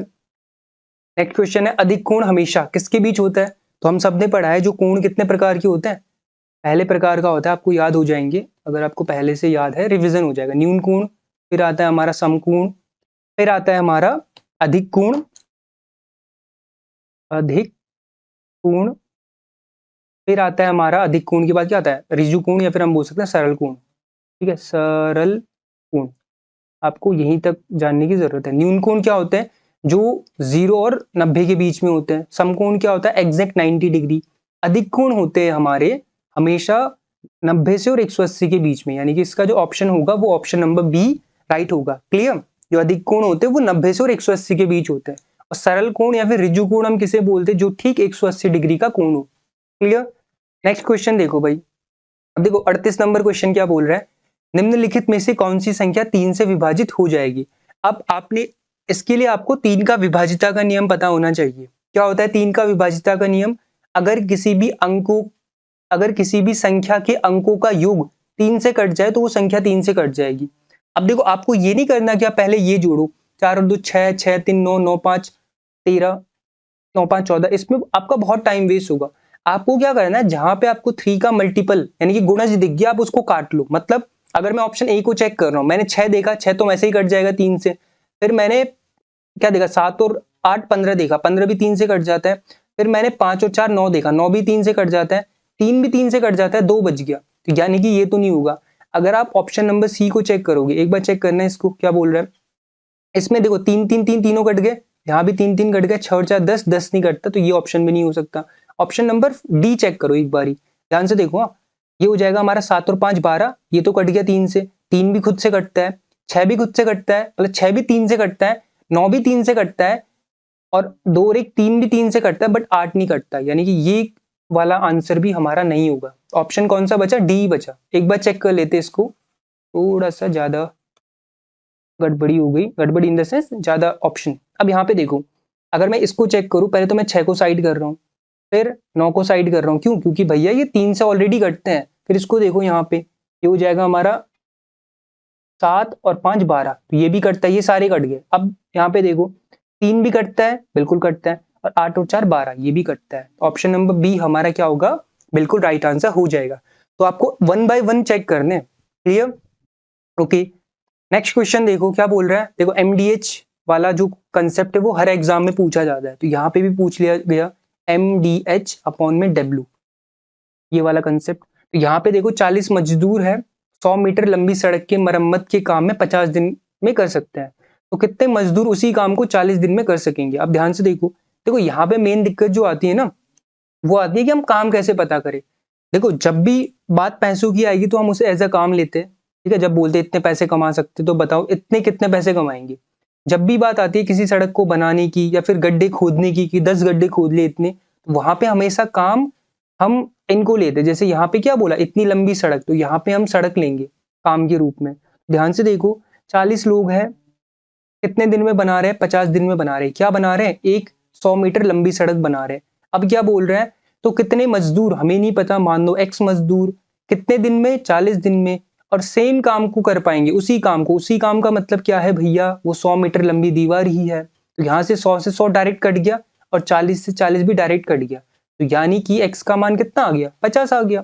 यानी कि एक्स क्या है, कितने मजदूर, तो मजदूर कितने चाहिए भाई, 50 चाहिए, अगर आपको उस काम को 40 दिनों में करवाना है। क्लियर। नेक्स्ट क्वेश्चन देखो, क्वेश्चन नंबर 40 क्या बोल रहा है, एक नियमित बहुभुज का आंतरिक कोण इसके बाह्य कोण का 5 गुना है, तो बहुभुज की भुजाओं की संख्या कितनी होगी।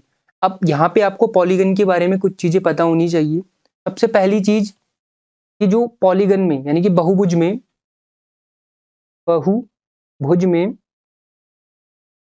जो आपके आंतरिक कोण प्लस बाह्य कोण का जो योग होता है वो होता है आपका 180। क्लियर भाई। अच्छा, ये हो गई पहली चीज।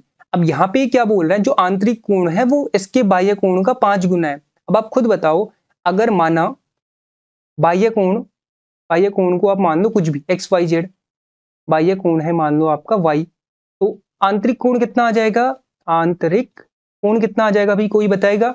देखो उसने बोला है आंतरिक कोण इसके बाह्य कोण का 5 गुना है, तो अगर बाह्य कोण y है तो आंतरिक कोण इसका 5 गुना होगा, तो 5 गुना मतलब 5y। क्लियर? यहां तक किसी को समझने में मेरे ख्याल से दिक्कत नहीं होनी चाहिए। अब हमें एक प्रॉपर्टी पता है कि बहुभुज में जो आंतरिक कोण और बाह्य कोण का योग होता है वो 180 होता है। क्लियर? तो अब आप इन दोनों का योग कर दो ना, कितना आ जाएगा? ये हो जाएगा हमारा y प्लस में 5y बराबर 180 डिग्री। तो y प्लस 1y कितना होता है? आप बोलोगे 6y, तो 6y बराबर आ गया 180 डिग्री। तो यहां से अगर मैं y निकालूंगा तो 180 बटे 6 यानी कि y का मान कितना आ गया? 30 डिग्री। क्लियर भाई? यहां तक दिक्कत नहीं होनी चाहिए। अब y क्या है? आप बोलोगे बाह्य कोण है, तो बाह्य कोण यानी कि y तो आ गया 30 डिग्री। आंतरिक कोण कितना आ जाएगा? आप बोलोगे आंतरिक कोण आ जाएगा 5 गुणा y मतलब 30, तो ये आ जाएगा हमारा 150 150। लेकिन आपको ये नहीं पूछा, आपको पूछा है बहुभुज के भुजाओं की संख्या। तो भुजाओं की संख्या हम कैसे निकालते हैं? मान लो अगर भुजाओं की संख्या n है तो 360 बटे बाह्य कोण करते हैं, बाह्य कोण करते हैं। ठीक है, अच्छा 360 बटे बताओ बाह्य कोण कितना है इस बहुभुज का? अभी निकाला है ना, बाह्य कोण आ गया हमारा 30, तो यहाँ पे 30 कर दो। 0 से 0 और 36 में अगर 3 का भाग देंगे तो आई गेस 12 दिया 36। तो आपका ऑप्शन नंबर सी बिल्कुल राइट आंसर हो जाएगा। क्लियर है भाई? किसी को इस क्वेश्चन में कोई डाउट मेरे ख्याल से होना नहीं चाहिए, पूरे बेसिक में बताया जैसे आपको सॉल्व करना है। क्लियर? नेक्स्ट क्वेश्चन देखो, क्वेश्चन नंबर 41। एक वस्तु को 16% के प्रॉफिट पे यानी कि मुनाफे पे बेचा गया, यदि उसे 200 रुपए अधिक पर बेचा जाता तो मुनाफा बढ़कर 200 हो जा 20% हो जाता। उस वस्तु का क्रय मूल्य आपको बताना है। सिंपल सी चीज है, हमेशा पहली बात तो आपको ये याद रखना है, मैंने आपको पहले भी बताया था कि हमेशा जो क्रय मूल्य होगा, क्रय मूल्य होगा, अगर किसी और चीज की बात नहीं की तो क्रय मूल्य हमेशा 100% होगा। ठीक है, आप ध्यान से देखो, अगर क्रय मूल्य 100% है और आपने उस वस्तु को 16% के मुनाफे पे बेचा तो उसका विक्रय मूल्य कितना हो जाएगा? अगर मैं SP1 बोलूं, 1 क्यों बोल रहा हूं? पहला विक्रय मूल्य। तो अगर 16% का आपको लाभ चाहिए तो भाई 16% ज्यादा में बेचोगे, तो 100 में 16 जोड़ा कितना हो जाएगा? 116% हो जाएगा। क्लियर? अभी ध्यान से सुनो, दोबारा रिपीट कर दूंगा इसको। फिर आपने क्या किया, उसको रुपए में 200 रुपए अधिक बढ़ा दिया। ठीक है, और जो आपका मुनाफा था वो बढ़कर 20% हो गया। यानी कि अगर आपका क्रय मूल्य 100% था तो अब मुनाफा कितना हो गया? 20% जोड़ दो तो टोटल जो आपका नया सेलिंग प्राइस आएगा या फिर विक्रय मूल्य आएगा वो आ जाएगा 120%। क्लियर? तो यहां से मेरे पास SP2 की वैल्यू कितनी आ जाएगी? आप बोलोगे 120%। अब ध्यान से देखो, मेन जो चीज समझने लायक है ना, आप पहले उस वस्तु को कितने में बेच रहे थे? आप बोलोगे 116% में बेच रहे थे। आप उस वस्तु को अभी कितने में बेच रहे हो? आप बोलोगे 120% में। आप परसेंटेज में बताओ कि आपने कितना बढ़ाया। मैं रुपयों में नहीं पूछ रहा हूं, हाँ, ऊपर रुपए में दे रहेगा 200 रुपए अधिक। मैं आपको परसेंटेज में पूछ रहा हूं, पहले अगर आप 116% में बेच रहे थे तो अभी आप 120% में बेच रहे हो, आपने कितने परसेंट बढ़ाया? आप बोलोगे 116 से 120 बढ़ाया, यानी कि हमने तो 4% बढ़ाया, लेकिन क्वेश्चन वाले ने 200 रुपए बढ़ाए। देखो ये है परसेंटेज में बढ़ाना और ये है रुपए में बढ़ाना। तो क्वेश्चन वाले ने कितने रुपए बढ़ा दिए? 200 रुपए बढ़ा दिए। पूछा क्या है? क्रय मूल्य। क्रय मूल्य कितना माना था? हमेशा 100% होता है, तो ये हो जाएगा 100%। कितना? हमें नहीं पता, x। अब ध्यान से देखो, आप चाहो तो इसको क्रॉस मल्टीप्लाई से कर लो, x की इधर गुणा, इसकी इधर गुणा और वहां से x का मान निकालो, या फिर नॉर्मल देखो, ये 100 4 का कितना गुना है? आप बोलोगे ये इसका 25 गुना है, 25 चौको 100। तो सेम यहाँ पे ये x भी 200 का 25 गुना हो जाएगा, तो 25 दुनी कितना होता है? आप बोलोगे 50 और उसके पीछे 2 जीरो और, तो right answer will be 5000। Clear है भाई? यहां तक मेरे ख्याल से किसी को दिक्कत होनी नहीं चाहिए। आप नॉर्मल ऐसे भी सोच सकते हो कि अगर पहले 16% का मुनाफा हो रहा था तो आपने अगर 200 रुपए अधिक बढ़ाए, अधिक में बेचा उसे, तो आपको 20% का और मुनाफा हो गया, 20% मुनाफा हो जाता है। पहले तो आपको 16% का मुनाफा ही हो रहा था, ये 20% का क्यों हुआ भाई? क्योंकि आपने उसको 200 रुपए अधिक में बेचा, तो यानी कि जो ये 4% का मुनाफा एक्स्ट्रा हुआ ना, यही वो 200 रुपए है। और आपको क्रय मूल्य पूछा है, क्रय मूल्य हमेशा 100% होता है, उसी की वैल्यू x या y कुछ भी मान लू। यहां से देखा कितने गुना है? 25 गुना, तो ये भी हमारा 25 गुना हो जाएगा। एंड 200 का 25 गुना कितना होता है? 5000। क्लियर?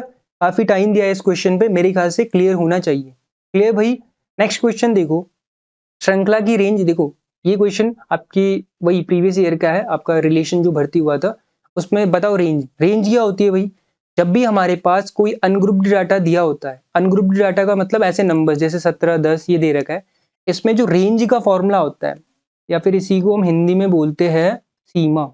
जो रेंज का फॉर्मूला होता है वो होता है हाईएस्ट माइनस लोअर, यानी कि highest number versus lower number minus कर देता है हाईएस्ट में से।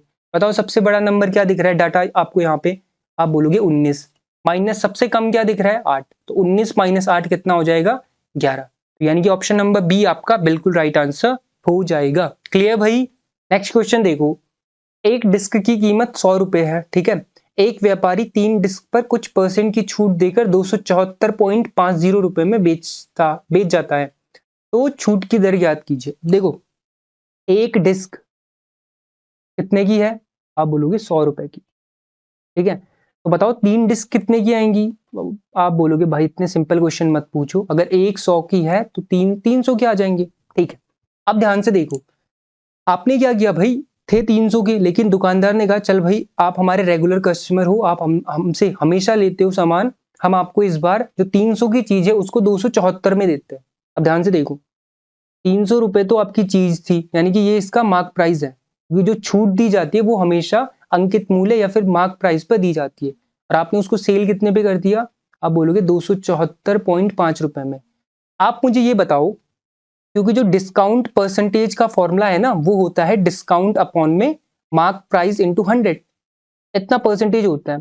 अब आपको पहले डिस्काउंट निकालना पड़ेगा, डिस्काउंट क्या है भाई, 300 की चीज को अगर आप 274.5 में बेचते हो, आपने कितने का डिस्काउंट दिया, आप बोलोगे घटा लेंगे, तो ये घटा के कितना आ रहा है, ये आ रहा है हमारा 25.5, इतना ही आ रहा है भाई, क्रॉस चेक कर लो एक बारी, हाँ तो ये आ रहा है हमारा 25.5, तो यानी कि डिस्काउंट कितना आ रहा है, आप बोलोगे 25.5 अपॉन जो आपकी एमआरपी थी, एमआरपी कितनी है, आप बोलोगे एमआरपी हमारी कितनी है 300, टोटल तो 300 का सामान था, मल्टीप्लाई बाय 100, इतने परसेंट का हमारे पास डिस्काउंट परसेंटेज आ जाएगा। अब ध्यान से देखो 1020 से 1020 खत्म, अब मुझे 25.5 में सिर्फ भाग देना है 3 का, तो अगर मैं यहां से भाग दूंगा 25.22 एक सेकंड, ये है 25.5 में 3 का, 3 अठे अब बोलोगे 24, 1 पॉइंट यहाँ पे लग गया, पॉइंट यहाँ पे लग गया 5 और 3 पंजे 15, तो राइट आंसर विल बी 8.5, 8.5 बोलो या फिर 8.50 बोलो, बोथ आर सेम। क्लियर भाई। मेरे ख्याल से ये क्वेश्चन भी काफी आसान था, जैसे आपको पहले डिस्काउंट निकालना था और फिर आपको डिस्काउंट परसेंटेज निकालना था, ये इसका फॉर्मूला है भाई, ठीक है, आपको नॉर्मल याद करने की जरूरत है। नेक्स्ट क्वेश्चन क्या बोल रहा है, निम्न श्रृंखला में एक पद गलत है बताओ। देखो आर्मी के लेवल पे जो भी आपके श्रृंखला वाले सीरीज वाले क्वेश्चन आते हैं ना, इनमें 90% क्वेश्चन ऐसे होते हैं जो गैप मेथड से बनते हैं। गैप मेथड का मतलब है आपको अंतर देखना होता है बस, तो अगर मैं यहाँ पे देखूं कितने का अंतर है, या फिर आप ये देख लो कितना बड़ा, 1 बड़ा, यहाँ पे कितना बड़ा, 3 बड़ा, यहाँ पे कितना बड़ा, 5 बड़ा, यहाँ पे कितना बड़ा, 7 बड़ा।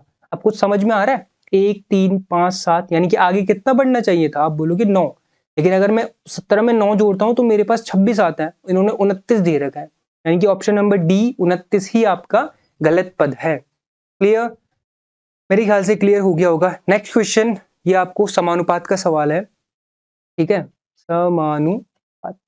आपको पता होगा अगर हमारे पास मान लो जैसे a अनुपात b समानुपात होंगे x अनुपात y के साथ, तो हम क्या करते हैं पास पास वालों की गुणा करते हैं, ये हो जाएगा b गुणा x और बराबर कर देते हैं दूर दूर वालों के साथ a गुणा y। बस सेम कंसेप्ट आपको यहाँ पे लगाना है, तो पास पास वाले कौन है, ये दोनों, तो ये हो जाएगा x गुणे 1/5 बराबर दूर दूर कौन है, ये हो जाएगा 3/5 गुणे 2/3। देखो 3 से 3 कट गया, 5 से 5 कट गया, तो x की वैल्यू कितनी आ जाएगी 2। यहाँ पे ऑप्शन नहीं थे बट फिर भी इसका जो राइट आंसर होगा वो कितना होगा, ऑप्शन नंबर मतलब आंसर 2 होगा। क्लियर, मेरे ख्याल से क्लियर हो गया होगा। अभी आपका रीजनिंग का पोर्शन आ गया, आराम से सॉल्व करो। बताओ भाई, select the subject word, subject word का मतलब सब्जेक्ट नहीं, यहाँ पे ऑड आएगा, ठीक है, विषय नहीं है विषम है, ठीक है, विषम का मतलब होता है अलग छाटू। आपको पता है सिल्वर हमारा एक मेटल होता है, धातु, कॉपर भी धातु होती है, गोल्ड भी धातु होती है, लेकिन मर्क्यूरी आपका क्या होता है, मर्क्यूरी आपका जो है वो नॉर्मल रूम के टेम्परेचर पे मेरे ख्याल से किस में रहता है, आपका लिक्विड फॉर्म में रहता है। तो क्लियर बात है, ये सबसे अलग है लिक्विड, ठीक है, आप स्पेलिंग चेक कर लेना, ठीक है भाई। तो पता चल गया मर्क्यूरी आपका ऑड हो जाएगा या फिर विषम हो जाएगा। नेक्स्ट क्वेश्चन क्या बोल रहा है, सही क्रम में लगाइए। अब देखो यहाँ पे आपको इनके ऑप्शन नहीं दे रखे बट आपको खुद से सोचना है। आप खुद बताओ सबसे पहले क्या आता है? सिंपल सी बात है, सबसे पहले वही कमरा आता है। ठीक है, तो पहले पे कमरा आ जाएगा। कमरे के बाद क्या आता है? कमरे के बाद हमारा घर आता है दूसरे पे। घर के बाद क्या आता है? हमारी गली आती है। गली के बाद क्या आता है? गली के बाद हमारा कस्बा आता है, और कस्बे के बाद हमारा आता है जिला। तो राइट आंसर क्या होगा? पहले पे आया 3, फिर आया हमारा घर यानी कि 1, फिर आया हमारा गली यानी कि 2, फिर आया कस्बा यानी कि 4, और फिर हमारा जिला यानी कि 5। ये हमारा राइट सीक्वेंस होगा, 3 1 2 4 5। क्लियर? Okay, next question. देखो ये डिस्टेंस एंड डायरेक्शन का क्वेश्चन लगभग हर बारी क्वेश्चन एग्जाम में आता है। क्या बोल रहा है? एक व्यक्ति पूर्व की ओर 2 किलोमीटर चलता है। ठीक है भाई, तो सबसे पहले आपको डायरेक्शन पता होनी चाहिए। ठीक है, ये होता है आपका पूरब, इसके जस्ट अपोजिट में पूर्व पश्चिम, पश्चिम उत्तर, एंड नीचे आ जाएगा आपका दक्षिण। क्लियर? पूरब में तो एक व्यक्ति 2 किलोमीटर पूर्व में गया, तो मान लो ये वो व्यक्ति है। ठीक है, ये 2 किलोमीटर पहले पूर्व में गया। ठीक है, 2 लिख लिया। फिर वह दक्षिण में, अब दक्षिण कहाँ गया? नीचे की साइड 5 किलोमीटर ज्यादा है। ठीक है, नीचे इसको 5 ले जाओ भाई, 5 आ गया। फिर वह पश्चिम में, पश्चिम किधर आ गया? इधर साइड, तो पश्चिम में कितना जा रहा है? फिर 2। तो आप थोड़ा सा ये ध्यान रखा करो कि जैसे ऊपर 2 है तो नीचे 2 के जस्ट सामने ही आएगा। क्लियर? तो ये आ गया दक्षिण में, पश्चिम में। इसके बाद क्या बोला? उसके बाद वह उत्तर दिशा में 9 मुड़ जाता है। अब ध्यान से देखो, यहां से यहां तो 5 है, ये 5 चल गया। अभी एक्स्ट्रा कितना जाएगा? 4 ही तो जाएगा। अब क्या बोल रहा है? 4 किलोमीटर बोल रहा है। अब वह प्रारंभ बिंदु से कितनी दूर है? तो हमें भी पता है 4 किलोमीटर दूर है। ऑप्शन नंबर ए बिल्कुल आ जाएगा। बड़ा ही आसान सा सवाल था। एंड आज की क्लास का सेकंड लास्ट क्वेश्चन क्या बोल रहा है? ऐसे कितने एक है जिनके आगे 9 है और पीछे 6 आ रहे हैं? तो आपको पहले एक को पकड़ना है। एक एक ये रहा, इसके आगे तो कुछ है नहीं, ये कट हो जाएगा। एक एक ये रहा, एक एक एक ये रहा, और एक ये है, और एक ये है। इसके पीछे भी कुछ नहीं आ रहा है, ये भी कैंसिल। अब देखो, क्या इसके आगे 9 आ रहा है? बिल्कुल। क्या इसके पीछे 6 आ रहा है? बिल्कुल। तो एक तो मिल गया हमें। ठीक है, दूसरा, क्या इसके आगे 9 आ रहा है? बिल्कुल। क्या इसके पीछे 6 आ रहा है? आप बोलोगे नहीं, तो ये हमारा कैंसिल आउट हो गया। क्या इसके आगे 9 आ रहा है? बिल्कुल। क्या इसके पीछे 6 आ रहा है? बिल्कुल। तो ये दूसरा भी मिल गया। तो ऐसे हमारे पास कितने एक है जिनके आगे तो 9 आ रहा है और पीछे 6? आप बोलोगे 2। क्लियर? एंड आज की क्लास का मेरे ख्याल से लास्ट क्वेश्चन मिला नहीं, बट चलो लास्ट क्वेश्चन मैं आपको देता हूं। आपको इस सीरीज में बताना है कि आगे क्या टर्म आएगी। ठीक है, क्वेश्चन नंबर 50 हमारा लास्ट क्वेश्चन है आज की क्लास का। ठीक है, आपको बना के दे रहा हूं। क्वेश्चन है आपके पास। ठीक है, 4, ठीक है, 9 25, ठीक है, 4 9 25 49 121, और आगे बताना है आपको क्या आएगा। ठीक है, मैं आपको ऑप्शन भी दे रहा हूँ। 144 ए ऑप्शन, बी ऑप्शन आपका आ जाएगा 169, C option 125, and D option आपका 625। क्लियर? बताओ भाई, फटाफट से थोड़ा दिमाग लगाओ। आज की क्लास का लास्ट क्वेश्चन आपके लिए। 4 9, ये आपकी एक सीरीज है रीजनिंग की। 4 9 फिर 25, फिर 49, फिर 121, और फिर आगे क्या आएगा? अगर आप ध्यान से देखोगे, 4 किसका स्क्वायर होता है? आप बोलोगे 4 2 का स्क्वायर होता है। 9 किसका स्क्वायर होता है? 3 का स्क्वायर होता है। 5 किसका स्क्वायर होता है? 25 किसका स्क्वायर होता है? 5 का। 49 किसका होता है? 7 का। अब डायरेक्ट 121 पे आ गया। 121 किसका होता है? 11 का। अब आगे बताना है। अब आप बोल रहे होंगे मैंने 9 मिस किया, लेकिन नहीं भाई, ध्यान से देखो कंसेप्ट। 2 3 5 7 11, ये सारे क्या नंबर्स है? ये सारे हमारे पास प्राइम नंबर होते हैं। प्राइम नंबर जानते हो ना आप? अभाज्य संख्या है भाई। ठीक है, 9 क्यों नहीं? बिकॉज 9 एक भाज्य संख्या है। तो आप बताओ 11 के जस्ट बाद कौन सा प्राइम नंबर आता है? कौन सा अभाज्य नंबर आता है? आप बोलोगे 13। क्लियर? तो 13 का स्क्वायर कितना हो जाएगा हमारा? 169। सो ऑप्शन नंबर बी हमारा इसका राइट आंसर हो जाएगा। क्लियर? मेरे ख्याल से आपको आज की क्लास समझ में आई होगी। एंड अगर आपका इससे रिलेटेड कोई भी डाउट है, आपको मैथ्स में चाहे कोई क्वेश्चन समझ में नहीं आया, या फिर कोई रीजनिंग में समझ में नहीं आया, तो आप बिल्कुल कमेंट कर सकते हैं। मैं कोशिश करूंगा रिप्लाई करने की। तो आज की क्लास को यहीं पे फिनिश करते हैं। तब तक के लिए जय हिंद, जय भारत।